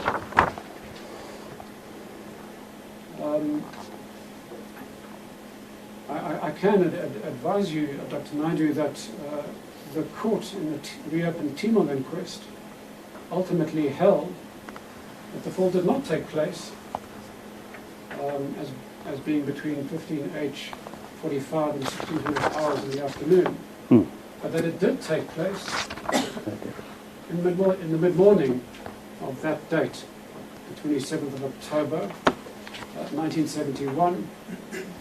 Now, the contrast of Dr. Kemp attending this scene literally within minutes of being notified, and yet not attending the scene in the Aggett matter. Do you have any comment or reaction? No, not really. Apart from the fact that I mentioned it was commitment to duty, I don't know if being called at 5 minutes to 4 in the afternoon is more convenient to being called at 1:30 or 2 o'clock in the morning. So I'm just drawing that as the only difference in the two calls. It is a time of day. So apart from that, I find it difficult to understand, as I mentioned yesterday, that in such a case of a detainee, political detainee's death, by whatever means, that it was a choice made not to go. You know, I find it, my lord, sorry if I may say, that yesterday it's a callous disregard for duty to consider that a fall from a 10th floor merited a visit to the scene, but hanging didn't. I find that difficult to understand why that may have been the other reason for not coming out. Yes. And my lord, I wish to make a few more references in relation to Dr. Kemp, and for that purpose I'd like to hand up a judgment. It's the judgment in the Supreme Court of South Africa, Transvaal Provincial Division.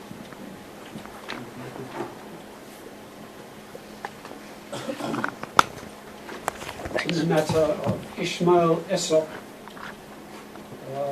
versus the Commissioner of the South African Police and one Colonel Groening. And it's case number 1804/71. The date of the judgment is 25th February 1972. Lord Mary marked this exhibit G26. Sorry? G26.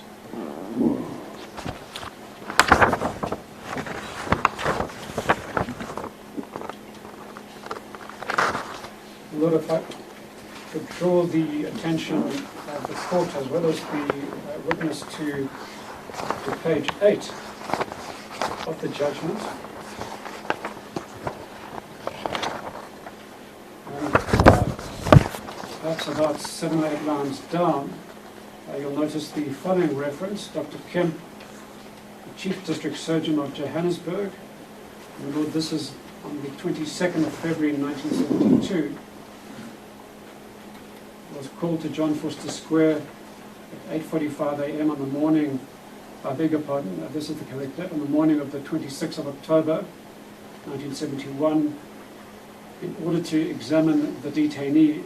That detainee was the son of the applicant, in this case Ishmael Essop. So the son's name is Salim Essop. In order to examine the detainee, who was then in an apparent semi-conscious condition.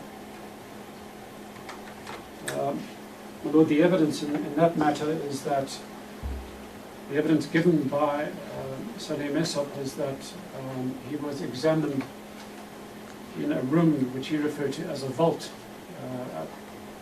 which appeared to him to be a strong room, the room in which he had been tortured. The evidence given by Dr. Kemp is that he examined the young Essop on the floor in the passageway, and in due course we'll provide your Lordship with those references. After a cursory examination, Dr. Kemp caused the removal of the detainee to Johannesburg General Hospital, and then enlisted the aid of a specialist neurosurgeon, Mr. Lord, to examine the detainee. If I could then draw the attention of Dr. Naidu and the court to paragraph 18, about halfway down.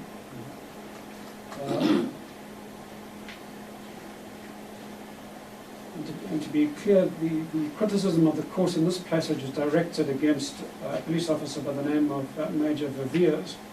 But nonetheless, Dr. Kemp features here. Dr. Kemp suggested that the patient should be removed to the general hospital for better and more thorough examination. He stated that it was only after, he being Major Viviers, after the hearing of the application on the 20th that the witness phoned Dr. Kemp to inquire about the nature of the injuries found on the detainee. Then he stated Dr. Kemp described all the injuries observed by him, including the bruises of the lip, below the right eye and the right ear. This, he says, caused him a great shock.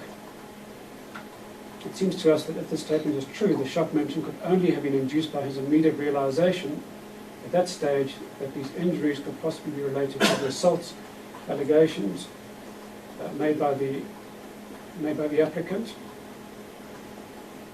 And then it goes on, and I won't take it further. But the evidence of the young Salim Essop is that he was unconscious at the time, and indeed remained unconscious. He describes it as a coma for some time, which of course probably explains why Dr. Essop arranged for the immediate transfer of the young man to the Johannesburg General Hospital. Now, Dr. Nadi, what I want to put to you is this.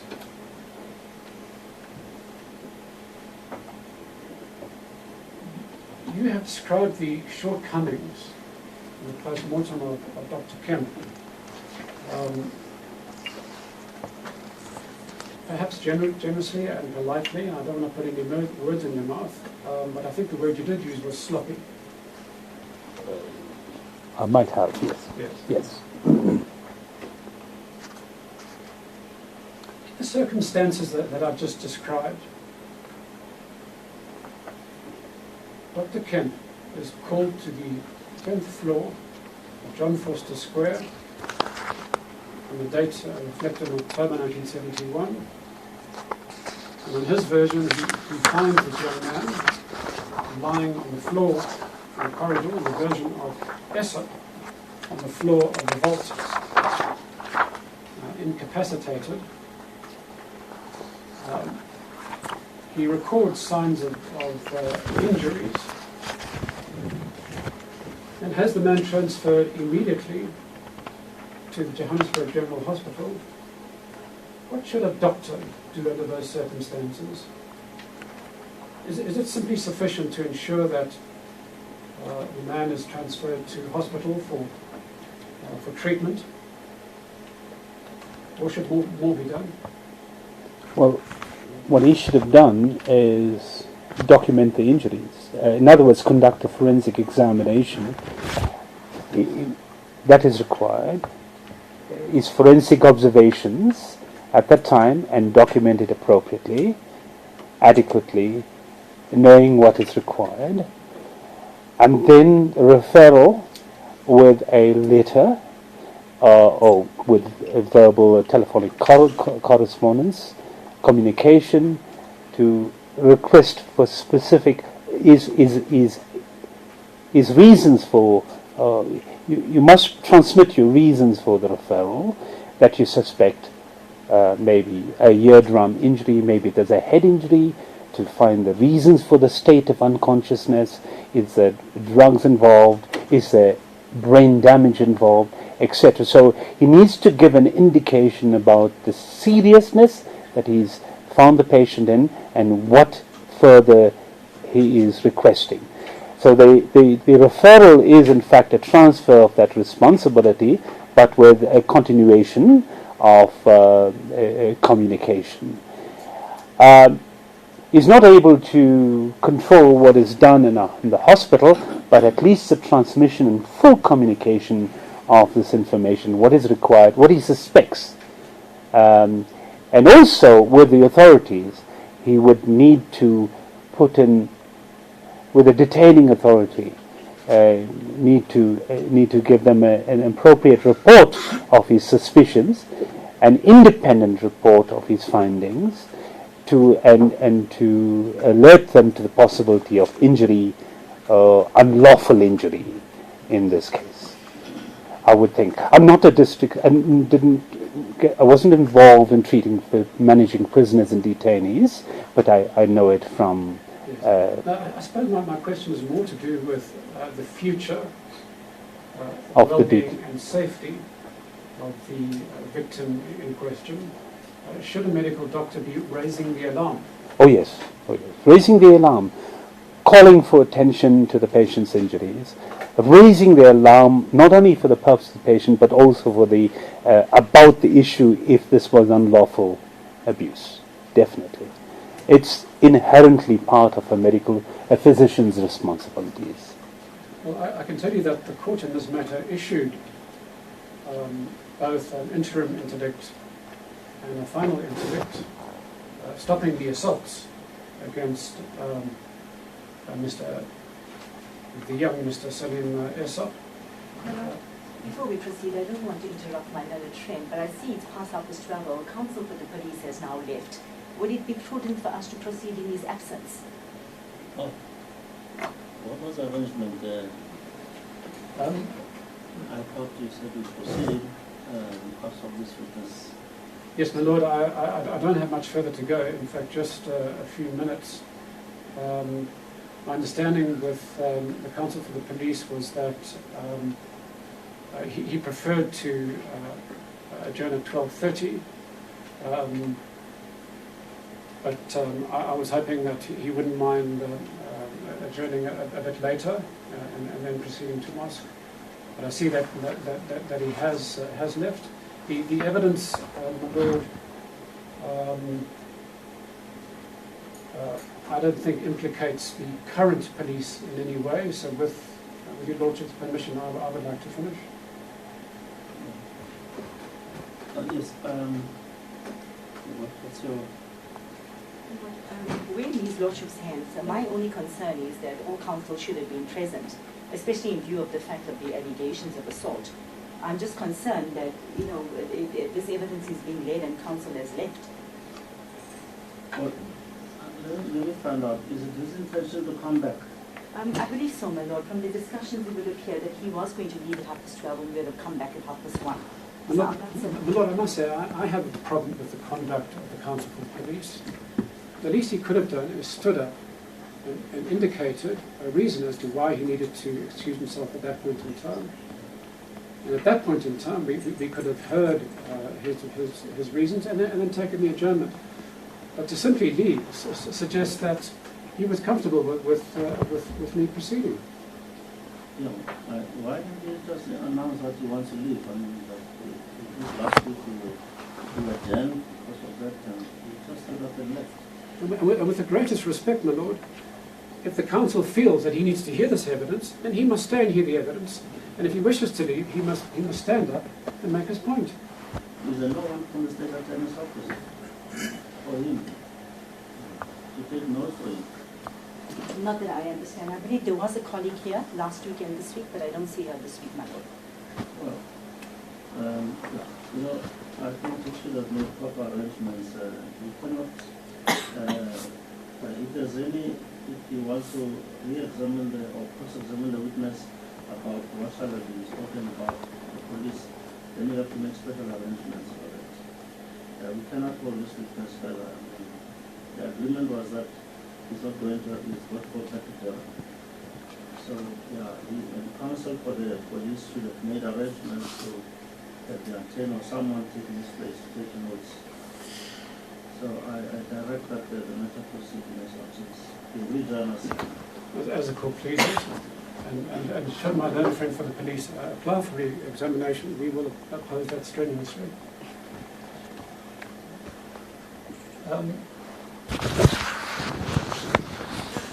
Dr. Nadu,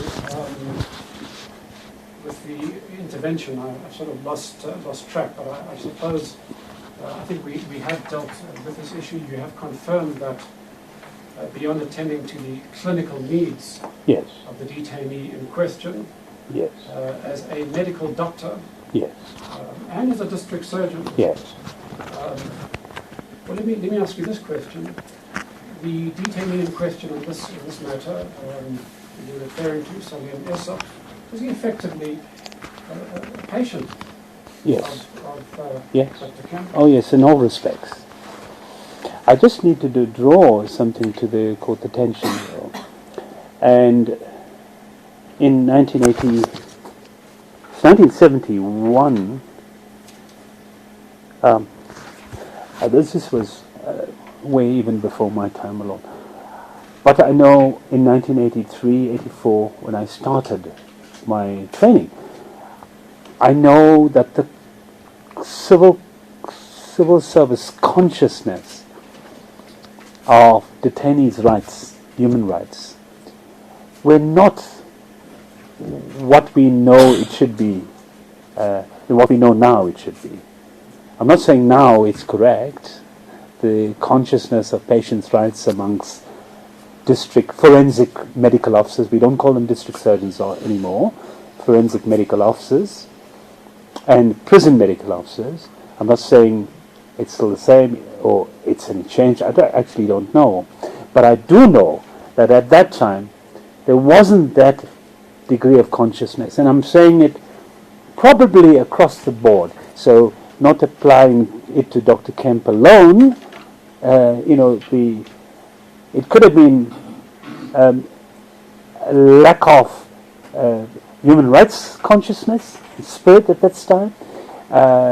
It could be the times at that stage.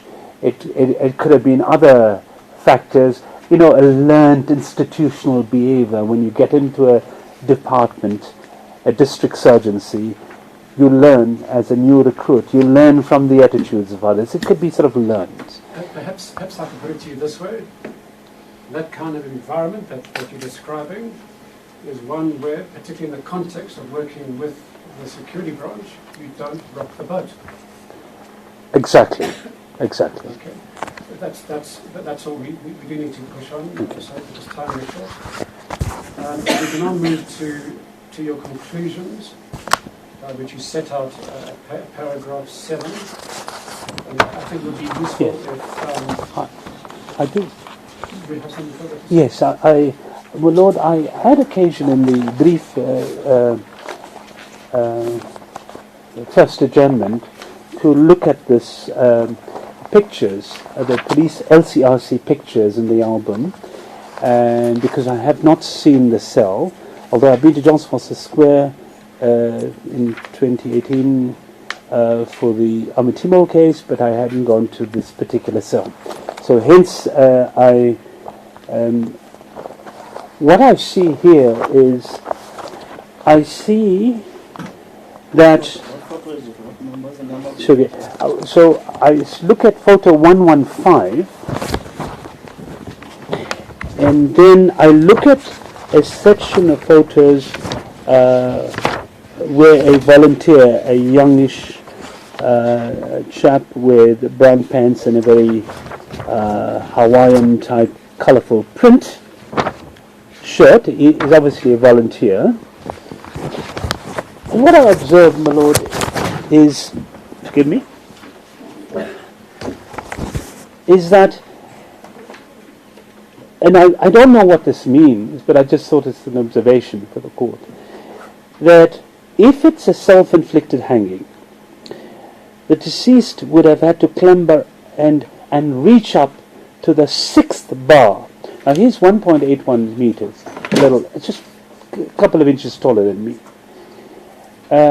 You would have, that's high enough to get to the 5th bar, which is the fifth, which is the strong, thicker bar. But he goes. Are you looking at the very top bar? No, the 5th bar, the one within that would have been within his reach. Yes. But he goes right up to the 6th bar. Now, I'm saying this is not a forensic pathology analysis, but it's a criminalistic analysis. That I found in suicidal deaths, the opportunity for the easiest access to something is taken. So I don't know if this is relevant, and maybe a criminalist, maybe a experienced police criminal investigator should comment, that if it was a suicidal hanging, I would have liked to have thought that he would reach the closest and the most easiest accessible bar. I'm seeing on page, for example, my lord, page on photo 119, the volunteer has to clamber up. I assume the volunteer, and may I be corrected, is about the same height as Dr. Aggett? Yes, indeed. 1.81. The volunteer has to clamber up to the second, at least the second bar from the floor to reach and to secure and to fasten and to get his neck entrapped and then turn around and allow his neck to, allow his weight to pull the body. So it just seems to me a strange, if it was self-inflicted, strange of the deceased to have got to the top bar. I just thought I'd bring that into your mind. He could quite easily have hung himself on Yes. the 5th bar, which wouldn't have required Yes. gymnastics. Oh, yes. And just to finalize that matter, my lord, we know that with intended, purposeful suicide, people will hang themselves from any, from the height of your door handle to the floor. So it's what is most accessible, what is easiest, and what will succeed. That usually is what is employed. Yes. And thanks for that observation, Dr. Nagar. If we can now move to your conclusions, I think it would be very helpful Yes. if you simply summarized, and perhaps because they are quite punchy and short, Thank you, my lord. if you could just read those into the record, please. Thank you, my lord. And I read section 7, in paragraphs 7.11 to 7.18. I put in on page 34 and going on to 35. I put into eight concluding points. Number 1, that the deceased was alive at the initial point in time of his suspension. In other words, that he was hanging. that the immediate mechanism of death was likely to be the effects of reflex vagal inhibition, the carotid sinus pressure from the ligature. And of course, I added the possibility of bilateral carotid occlusion. But I think the first possibility, carotid sinus pressure and its effects, and then carotid occlusion. Thirdly, that from the most derivable organic structural cause of death from the objective medical evidence was neck constriction from hanging, by hanging.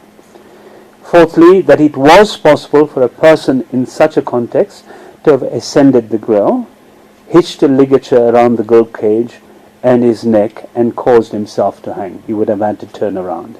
And bearing in mind what I just found quite strange is the height of the bar at which he secured the top part of the ligature. Fifthly, that the medical evidence is not able to differentiate between self-inflicted hanging and hanging by another individual.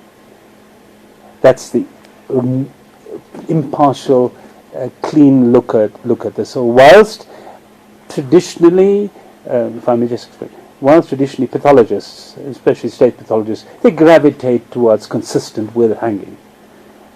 And that's technically correct, but they do not go into differentiate between whether the person was conscious or unconscious. But we know that the medical evidence cannot distinguish between that two.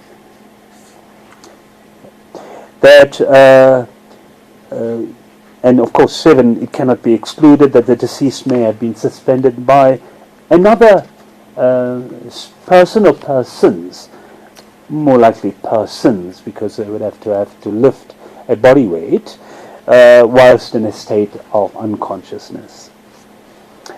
Seventhly, that the injuries complained of by the deceased, in other words, all of the injuries complained of by the deceased in his affidavit of the 4th of February, a month earlier, are consistent with their findings at the autopsy, both their absence and their presence. So there's no paradox, as was referred to at that original inquest. No paradox about it. It's easily explainable. And 8th, my Lord, it is my opinion that but this is my opinion, and not from the medical evidence, but a generalistic opinion, that the history of circumstances as detailed both by the deceased and other witnesses indicate, if true, both degrading and inhuman treatment and assault under physical constraints of his detention. Thank you, my Lord. Thank you, Dr. Nadia.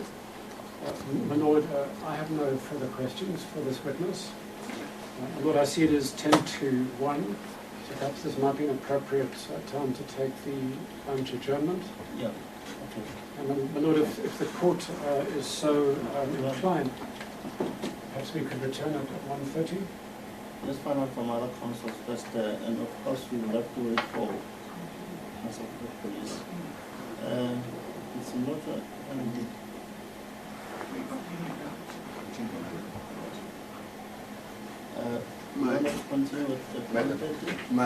my colleagues are of the opinion that we may continue now. Now? Yes. All right. And then stop when? Not go for If you are finished. But I don't know. Lord, it is this witness obviously, and I do not blame my learned colleague here, took much longer than any one of us anticipated. I think, speaking for myself and maybe for some of my colleagues as well, we anticipated obviously that, as was the rule earlier in this inquest, that we would not sit on Friday afternoons, and for that reason I have made appointments with attorneys and also with clients on consultations for this afternoon. I hear what my learned colleague said is that we kind of undertook to finish this witness today, which obviously is my problem, not the court's problem, that I have other work engagements. For that reason, I would suggest, if the court is amenable thereto, that we try and push as far as we can before we break, to try and see if we can finish this. Okay. Lord, in I normal thought- circumstances, I thought you had discussed this afternoon's position today. I thought you had discussed, you agreed amongst yourselves. I'm we sorry. continued, my Lord. I'm not asking for an adjournment. Yeah, I'm not asking for the matter to be postponed. okay.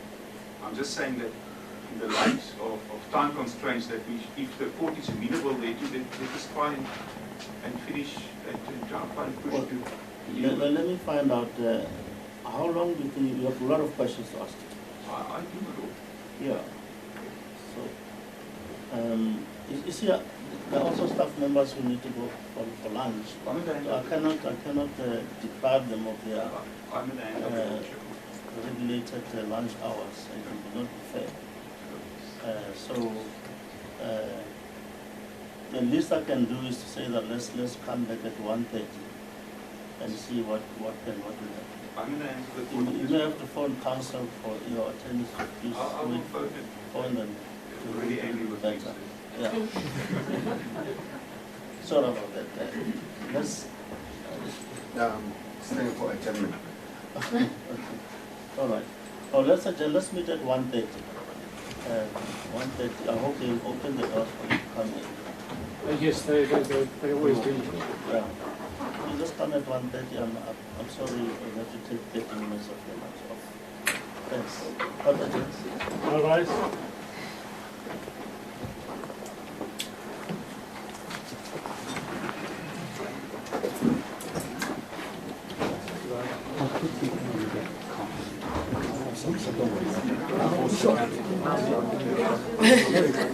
We seem to be